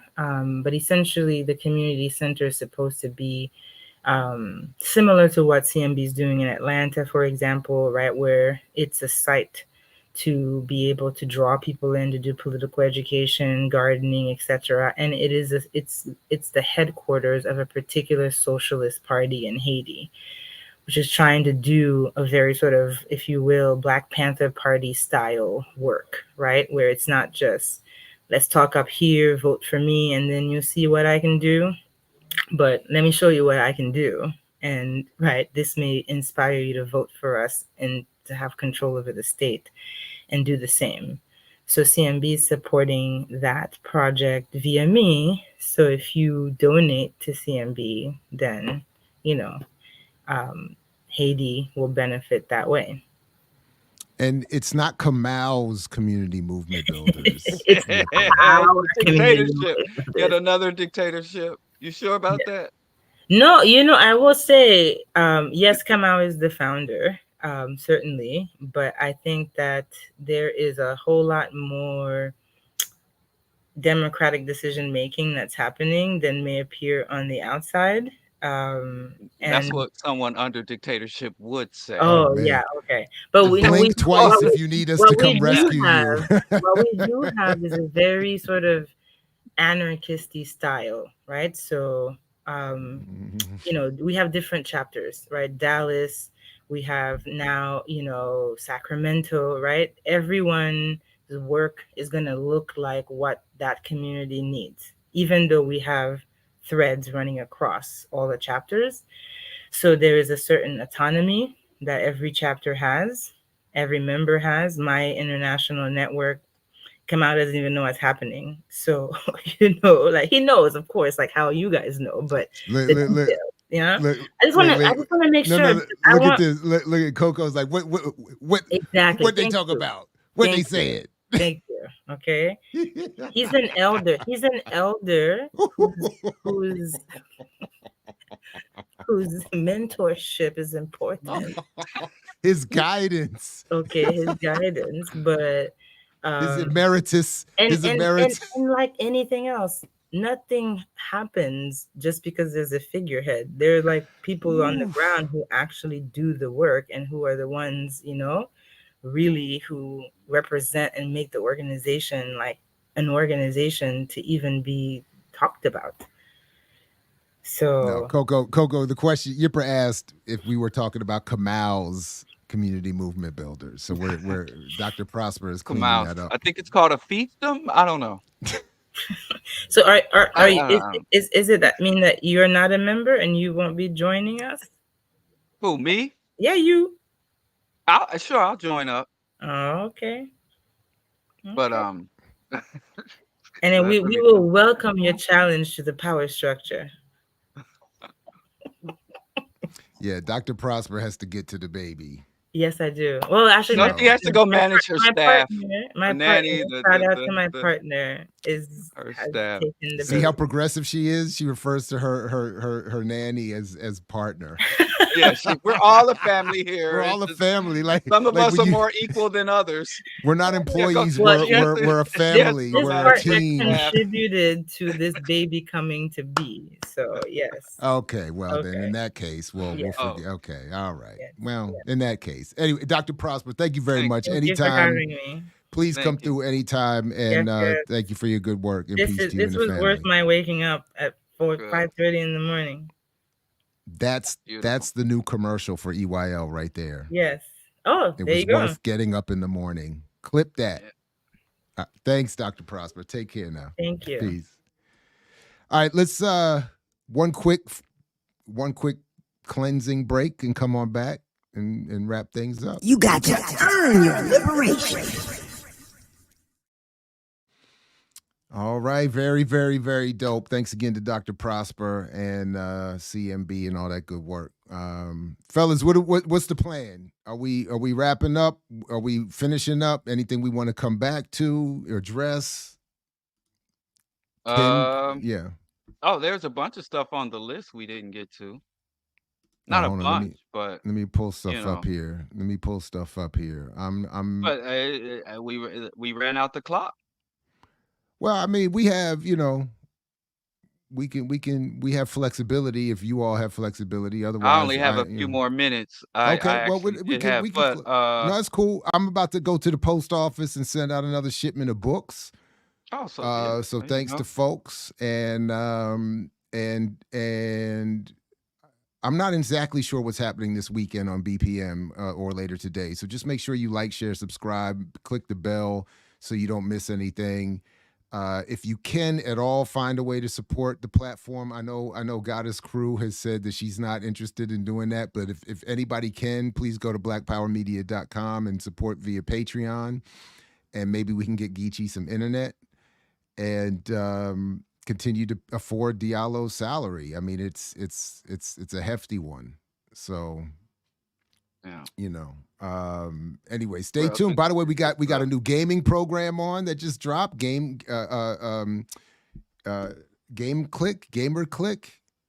Dang, I even watched the thing. We even got the promo and everything. What's the name of the joint? The new, and they got like nice production on the joint. Game Click. These good folks right here. Did you know that, Diallo? We got a new gaming show on. Game Click. Oh yeah, I did. You ain't gonna believe this. I saw this, and I didn't even associate it with. No, I didn't associate. No, I knew it was a game thing, but I didn't know this was BPM. Yeah, they joined up. And I don't think this one shows it too much, but they get into some good production. They got like a whole nice setup. They get a round table going. They talk about games I don't play because I only play one game. But you might you and other real gamers might appreciate it. I'm appreciate it. Like I like it. Just I don't have to play to appreciate the conversation. But what I did want to get to, maybe we had to do it another time, but we'll just keep watching it because I did watch Brianna Joy Gray's recent interview with Cornel West's new campaign manager, which I thought was fascinating. Maybe Renee and I will pick that up next Saturday. But I thought that was fascinating, and I said I just can't super chat. Pay for YouTube and Patreon. I'm not able to do it all. I'm just messing with you guys. I'm just playing. Humble Thank you goddess. for your support. I thought I she appreciate was omnipresent, potent. Thank you, Robin Black Hoodie. Geechee's figuring out the problems. Let's see, we had a couple others. Thank you to Nega74. Capitalist Mike needs to stop slanging that nonsensical dream. Rob, curious as to what Kalonji uses to gauge KM's heart. He said his heart is in the right place. Meanwhile, KillerMike referenced Rashard Brooks resisting and parroted the outside agitator angle on Cop City. I didn't, like I said, I don't know. Didn't like Reagan say that about Khrushchev? I looked into his heart. There's some something like that. Yeah, something like that. I looked into his heart and yeah. I don't know. Okay. No. See, I was gonna say something related to, but I don't want to be like Killer Mike. I'm not gonna be ableist. Oh no, let's not be ableist. Comments about congestive heart failure and things of that nature. Yeesh. But thank you. See, I'm learning. He cuddles with white capitalists. Why black people are defending a rich man that dismisses the black community? I don't know. Because he on TV. Hey, do I still got to do it? Oh man, you got to give us some warning, man. Don't just bust out the plastic. You gotta give us a heads up. Man, You got to say something in the private chat. y'all atheists. Y'all atheists. What y'all worried about? I'm atheist, but I'm still Huh? black. You know, I'm a Huh? black atheist, so Huh? I get What you worried spooked. about, atheists? Don't play. Don't You be know, if I'm scared. Don't be walking in scared. the God ain't coming park to and get I you yet. come across a shrine, I go around it. You know, I'm a black atheist. It just sounds like my Puppies. beliefs might Oh, be challenged. That's what it is. Like I would be shocked if God appeared I'm- for no, real. I'd I'm still just be saying. shocked. Fiction. I'm saying I'm a black atheist, so I don't mean, play. We don't do God coming spooky with the shit. Geechee voice and everything. Yeah. By the way, Hey, am aren't I we still supposed delayed to? though? I think you are. And I thought we were supposed to air something. We were supposed to release something. We were supposed to post a world premiere something. Yeah, go ahead and release it.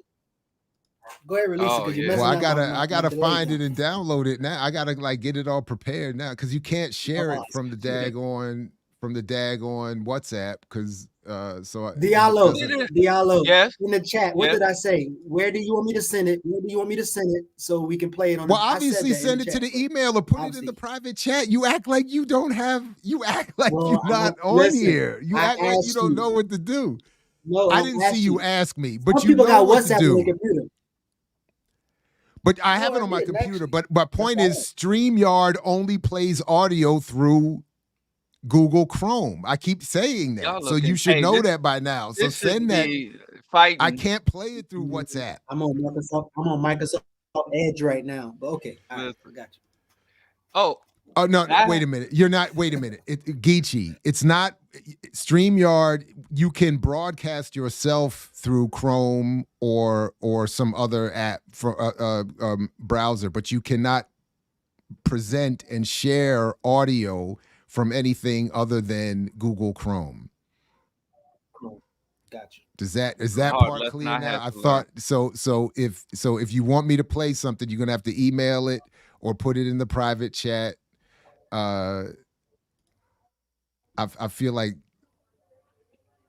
I'm gonna email it right now. Go ahead. Hey, let me say something. Y'all need to support Black Power Media so we can get our budget high enough to where Killer Mike is too afraid to challenge us. So please make donations. What's the budget limit when Killer Mike won't even oppose or speak dirt 100 on you? million. Damn it. 100 He million. said We need that. 100 No, but million, what's the and then lowest he'll budget? acquiesce. What's the minimum where he'll be Yeah, we like, didn't. hey, I don't know if Black he. Power Media has $100 million budget. Really 90. It's really Thank 90 you. million. 90 million. Thank you, Kamari. $9.99 to get We Geechee getting a gig closer. of connection. Thank you. We're getting there. Screenshot that and send it to Killer Mike. We got a budget too, so he needs to stop talking greasy about us, calling us lames. So we getting closer to that budget to scare off Killer Mike. Budgetism. Oh man, gosh. I still don't have the email though. Did the email get sent through the same slow internet? Oh man, That's what you get. There you go. Just because something is black don't mean we can associate it with black power. Coco is the truth. What is she You talking sent it? about? I What's don't she know. talking But I'm assuming Killer Mike, but whatever Oh. the statement stands alone as accurate. So I'm taking everything personal. So y'all got to be I'm- specific because if I me- mean, taking I Geechee's still internet wonder. broad personally. versions casting I a wonder wide if some net, of the I'm black taking people. personal. Geechee, could you just put the link I in wonder the, if in some the, of in the the radical private black chat? people in Atlanta. I sent you the email. There's no link. I know, 'cause but I didn't don't have an post it. You email. told me don't post it yet. But I wonder if the Well, I black don't ha- I- radical I don't- people. You could post the file. You can drop the Gaming file in the private chat. Gaming culture. She's casting Bro. Spurs. She's Oh, It's maybe she is. Maybe that's a critique. Maybe It that's a says sent at critique. 8. What's the critique? I don't know. Honestly, I don't know. But maybe the critique is just because we have black gamers on doesn't mean it's black power. So are they black power gaming? Would I guess be the How do you do that? I don't know. I like the show, but I acknowledge that there are people to my left who check me, and Coco was one of them. So Coco says she went there. She says she went there. Starting to sound like my wife. You know, I can't even sit and play my Xbox in peace. Listen, if you are a revolutionary, struggling and organizing for the people, or taking a principled stance against oppression, we need outlets too. We need uh what do you call it, pastimes. We all ain't gonna just watch billionaires chase balls. We want to see, there's other outlets. Oh, hold on a second. My bad. There it is. There it is. Are we ready for the world premiere of Geechee's new video? Let's see. When you and your mix got political differences. Well, Buddha, I had watched the self-titled revolutionary rapper, and Say what? Hold on right now. we Don't shouldn't go right stop quick. Cop City because Get your ass out here. Fuck you talking about. I'll holler at y'all boy later, man. Well, Buddha, I had watched the self-titled revolutionary rapper, and Say what? Hold on right now. we Don't go shouldn't right stop quick. Cop City because Get your ass out here. Fuck you talking about. I'll holler at y'all boy later, man.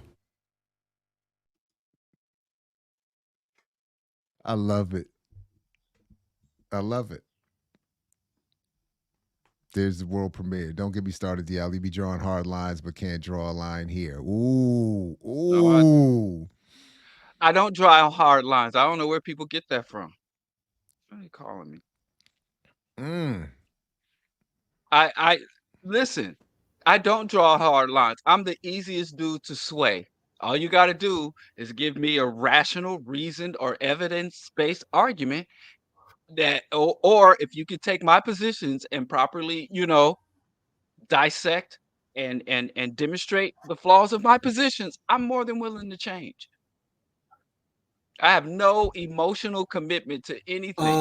My commitments are reasoned and rational. So that's not a hard line. If somebody asking you for evidence, that's not taking a hard line. Or if someone is asking you for at least a reasoned argument, a supportable stance, that's not drawing a hard line. Oh, wait a minute. Real quick, forget the interruption, but Holly, please go, if you haven't already, and respond. Is gaming better than... I'm not even reading her comment. I'm not reading the comment. I want Holly to make sure... I just saw her in the chat. Please, Holly, the exalted empress, go and make sure if you haven't already, respond to the comment I put in response to your truly absurd criticism of my discussion of hip-hop and advertising last night. Your comment was ridiculous, and I want you to make sure, I want to be clear, as I said in my response, I was not speaking rhetorically. I want you to respond. So please go find it and do it, because you have a habit of... I let it go for a long time too, and you show up on all of these videos and make many, many, many inane comments directed at me. And I finally just am challenging you to step up and offer some substance. So anyway, I just wanted to be clear when I saw her, please go and respond. But anyway, Diallo, if you wanted to respond to that comment. No, I'm just saying, a gaming addiction will take up your time, but drinking addiction will take your liver. Now, I think all addictions are an affliction.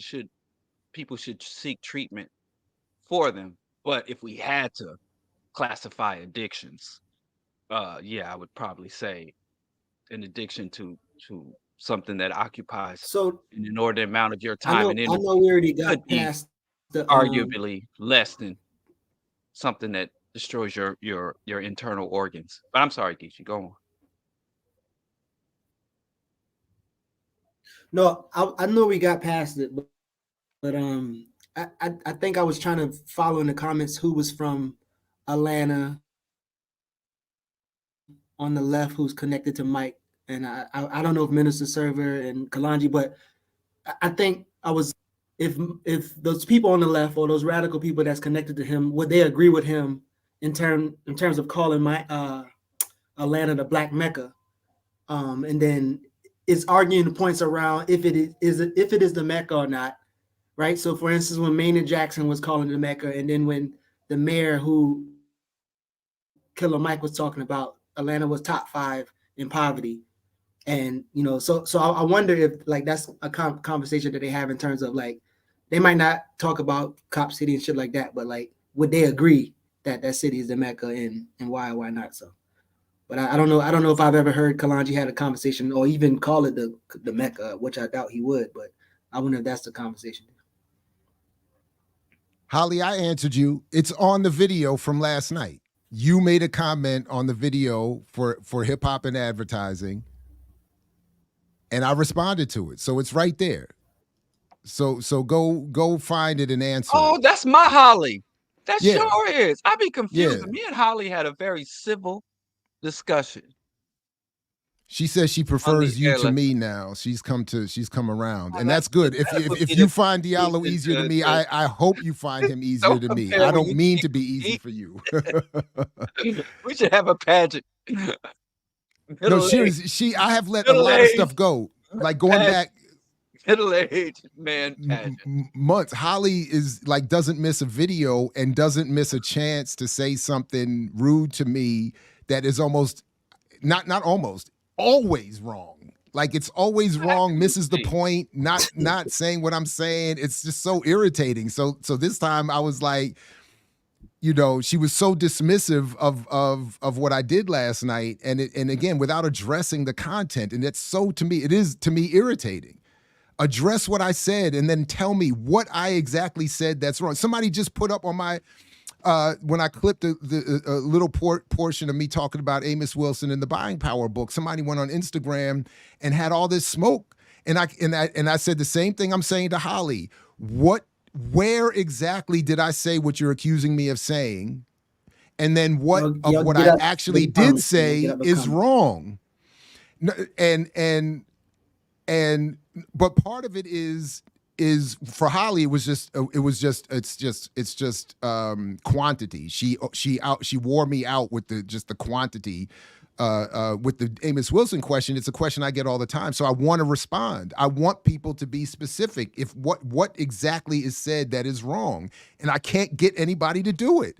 And it's the same problem I had with KillerMike. And it is, I admit to being frustrated by it. I don't understand why that is. There are timestamps in videos, there are page numbers on books, or there's copy and paste on blog. I mean, damn.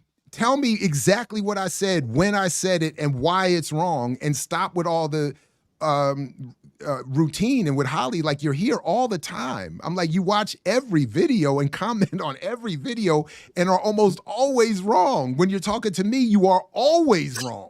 So I'm like, be specific.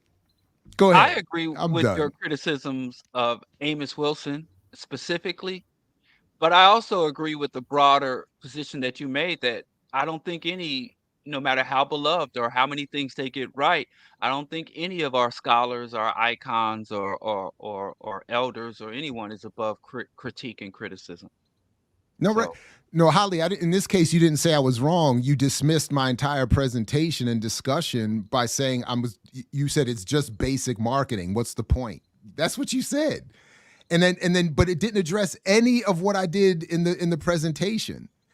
I mean, so anyway, just go read the comment. I'm going to ignore you for the rest of today, but go read what I said and respond, because I want you to put it in print, and I want it to be documented so that, I'm not going to erase your comment, which I can do.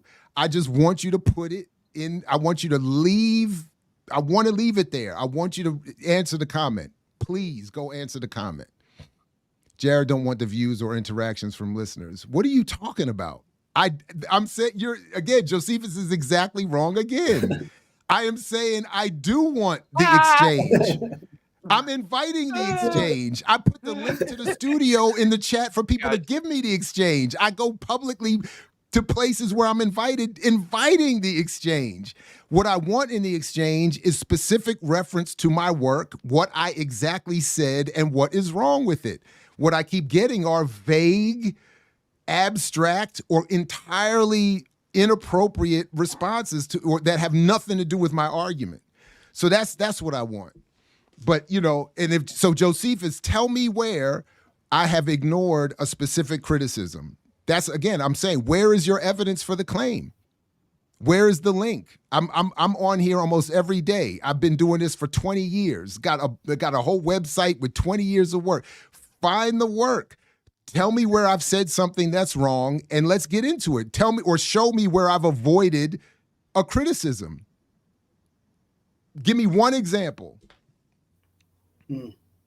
I would be enjoying it too. If I wasn't me right now, So I'd enjoy it too. next I week hope on you the all I'm road trying enjoy to it. fix my face because I'm not. Let me go Geechee on here. I'm gonna go Geechee. Next time Jared gets pressed, I'm gonna Geechee my shit too. But seriously, I have been wherever I'm invited. I show up. I got invited to Philly to meet up with Umar. He didn't show up. I drove to Philly. I got invited to. I went to. I said I'd go to Baltimore to debate Boyce. He said no. I invited people on here just to criticize me. Like, what are you all talking about? Anyway, y'all are funny though. There should be a rule that they show evidence that they actually read the material, because otherwise people just saying some shit. Like you know, a lot of people didn't read Amos. I know for a fact, and I'm sure you know that a lot of people just didn't read Amos, because even Amos said, "Don't hold his shit to be to be God. Like, challenge his shit, critique his shit, and make it better." He even said that. So I don't know how people gonna come to the conclusion that he's uncritiquable. I don't know. I don't know how you would enforce that rule, Geechee. Well, how I would did you one time. confirm if someone read something or not? Well, somebody said that somebody had reached out to someone we knew in common in Baltimore and said he wanted to debate my work, and I said, made the same request. Can you just acknowledge that you've read the work? And then he wrote back and said, "Can you send me the book?" No, so that's one way to do it. Well, But no, I've gone to lectures. But Real my point talk. was you haven't read the book and you want to set up a debate with me. That's absurd. Right. But yeah, well, that's one way if they're that honest and forthcoming. But like I said, I've gone to book talks or lectures and seen writers contradict themselves, contradict shit they are. I mean, Claude Anderson's probably the poster boy for that. But people like Kwanzaa Kunjufu, I went to a lecture where he was talking about his books and just went completely against his book, what I read. So it's just kind of hard to know if somebody read something or not when the authors themselves contradict what they wrote. I don't know, man. Yeah, I turned beet red. I part of it is the lighting. Part of it is. I just, you know. What did you say? What did that say? It don't matter what he said. He's supposed to be going at you, not me. Has Dev gone to lectures? Diallo be going to lectures. I didn't go to lecture. I went there to sit. I sat in the audience and listened. And I'm like, damn. And I had the book in my lap because I wanted the book to get signed. I wanted my book to be autographed. And I listened to the lecture and I started thumbing through the book like, what is going on here? But I figured out what the problem was. I know. I appreciate it. Everybody get it in. Enjoy it. I hear you. You right. All the complexion issues, all the bald issues, all the phenotypical issues. I got all of them. But you know what I don't have? A wrong argument. There we go. It's light red. Diallo, why you didn't talk about your Chicago socialism, man? We stay on here, you missed the Chicago socialism. Brandon Johnsons, won't you please be my mayor? Tell the people about your socialism. You'll be doing me a really big favor. Huh? What? No. Well, tell the people about your socialism project. I ain't got one. What you talking about? The grocery stores? But then you have to point the article. It's just too late, man. We ran out the clock. Yeah, man. Tell them about it. Oh, we ran out the clock. All right, man. We'll get to it. We can't afford Diallo coming to Chicago. What time? I don't know. Socialism's coming to Chicago. No, but I, at least also I like to pretend it is.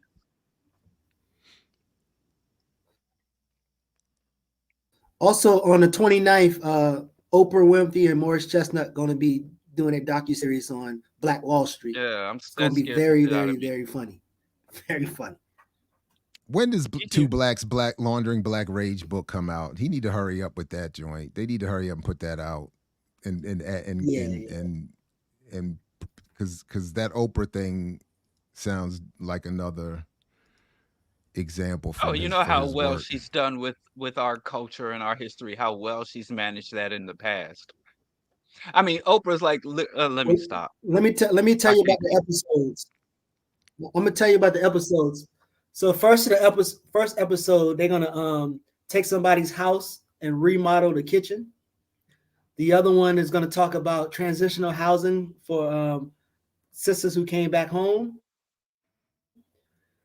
Ananda Lewis is gonna come on, and they're gonna talk about an ex clan mansion is now in a studio for a rap group called Little Ananda Africa, Lewis, though. Fire in Little Africa. And then Kevin, GA player, he's going to have people at his restaurant, a couple of Tulsa Survivor family members. And so those are going to be the episodes, but you're going to get to see some rappers rap in the studio. Ananda Lewis hate around here. Formerly Kate. There will be no Ananda Lewis y'all don't like hate Ananda? around here. I love Ananda. There will be no criticism of Ananda on this platform. I will ban us all. I will unplug BPM. Well, oh my God. I just this moment figured it was Ananda and not Amanda. I was about to correct you. Shame on you. I mean, like, I just walk She was around my with so crush many too. illusions. No, shame on you. You better have that woman's name right. Ananda all Lewis. these years, decades. You know, I also confused Naomi Klein with Naomi Wolf. And I was at the book fair. Well, that's different. Yeah, it is. But I'm just saying, there's just I'm just having so much crust picked out out of my eyes. It's Ananda. Lord, Ananda Amanda is absurd. The Naomi confusion. Well, speaking of crust and pizza crust. Speaking of crust, Domino's is Dick Wolf's sister. No, I'm just playing. Naomi Wolf has done some good work on exposing the corporate world. Naomi Klein. No, Naomi Wolf. I'm talking about Naomi Klein is something different from me. Sorry, go ahead. No, go ahead. That's it. Naomi Klein's a right-wing grifter. Yeah, that's what I meant. That's what I was saying. Naomi Wolf. God damn it. No, Naomi Wolf. I don't think she's a right-wing grifter. You think she's a right-wing grifter? Okay, my bad. I'm not going to defend her, so go ahead. I'll give it to you. I'm not. I thought she'd done some interesting things on Naomi Klein. Naomi Klein to me is more of she's the faux left grifter. The disaster capitalism. Yes. Yeah. I'm with you. And you gonna rock with Naomi Wolf over Naomi Klein? What I remember of Wolf is just a more honest. I used to be a Wall Street this and that, and now I'm a critic of Wall Street. To me, that's more honest and valuable than a Naomi Klein who says I'm a leftist and I'm representative of what the actual left should be, and she's actually much more conservative and reactionary. That to me is worse.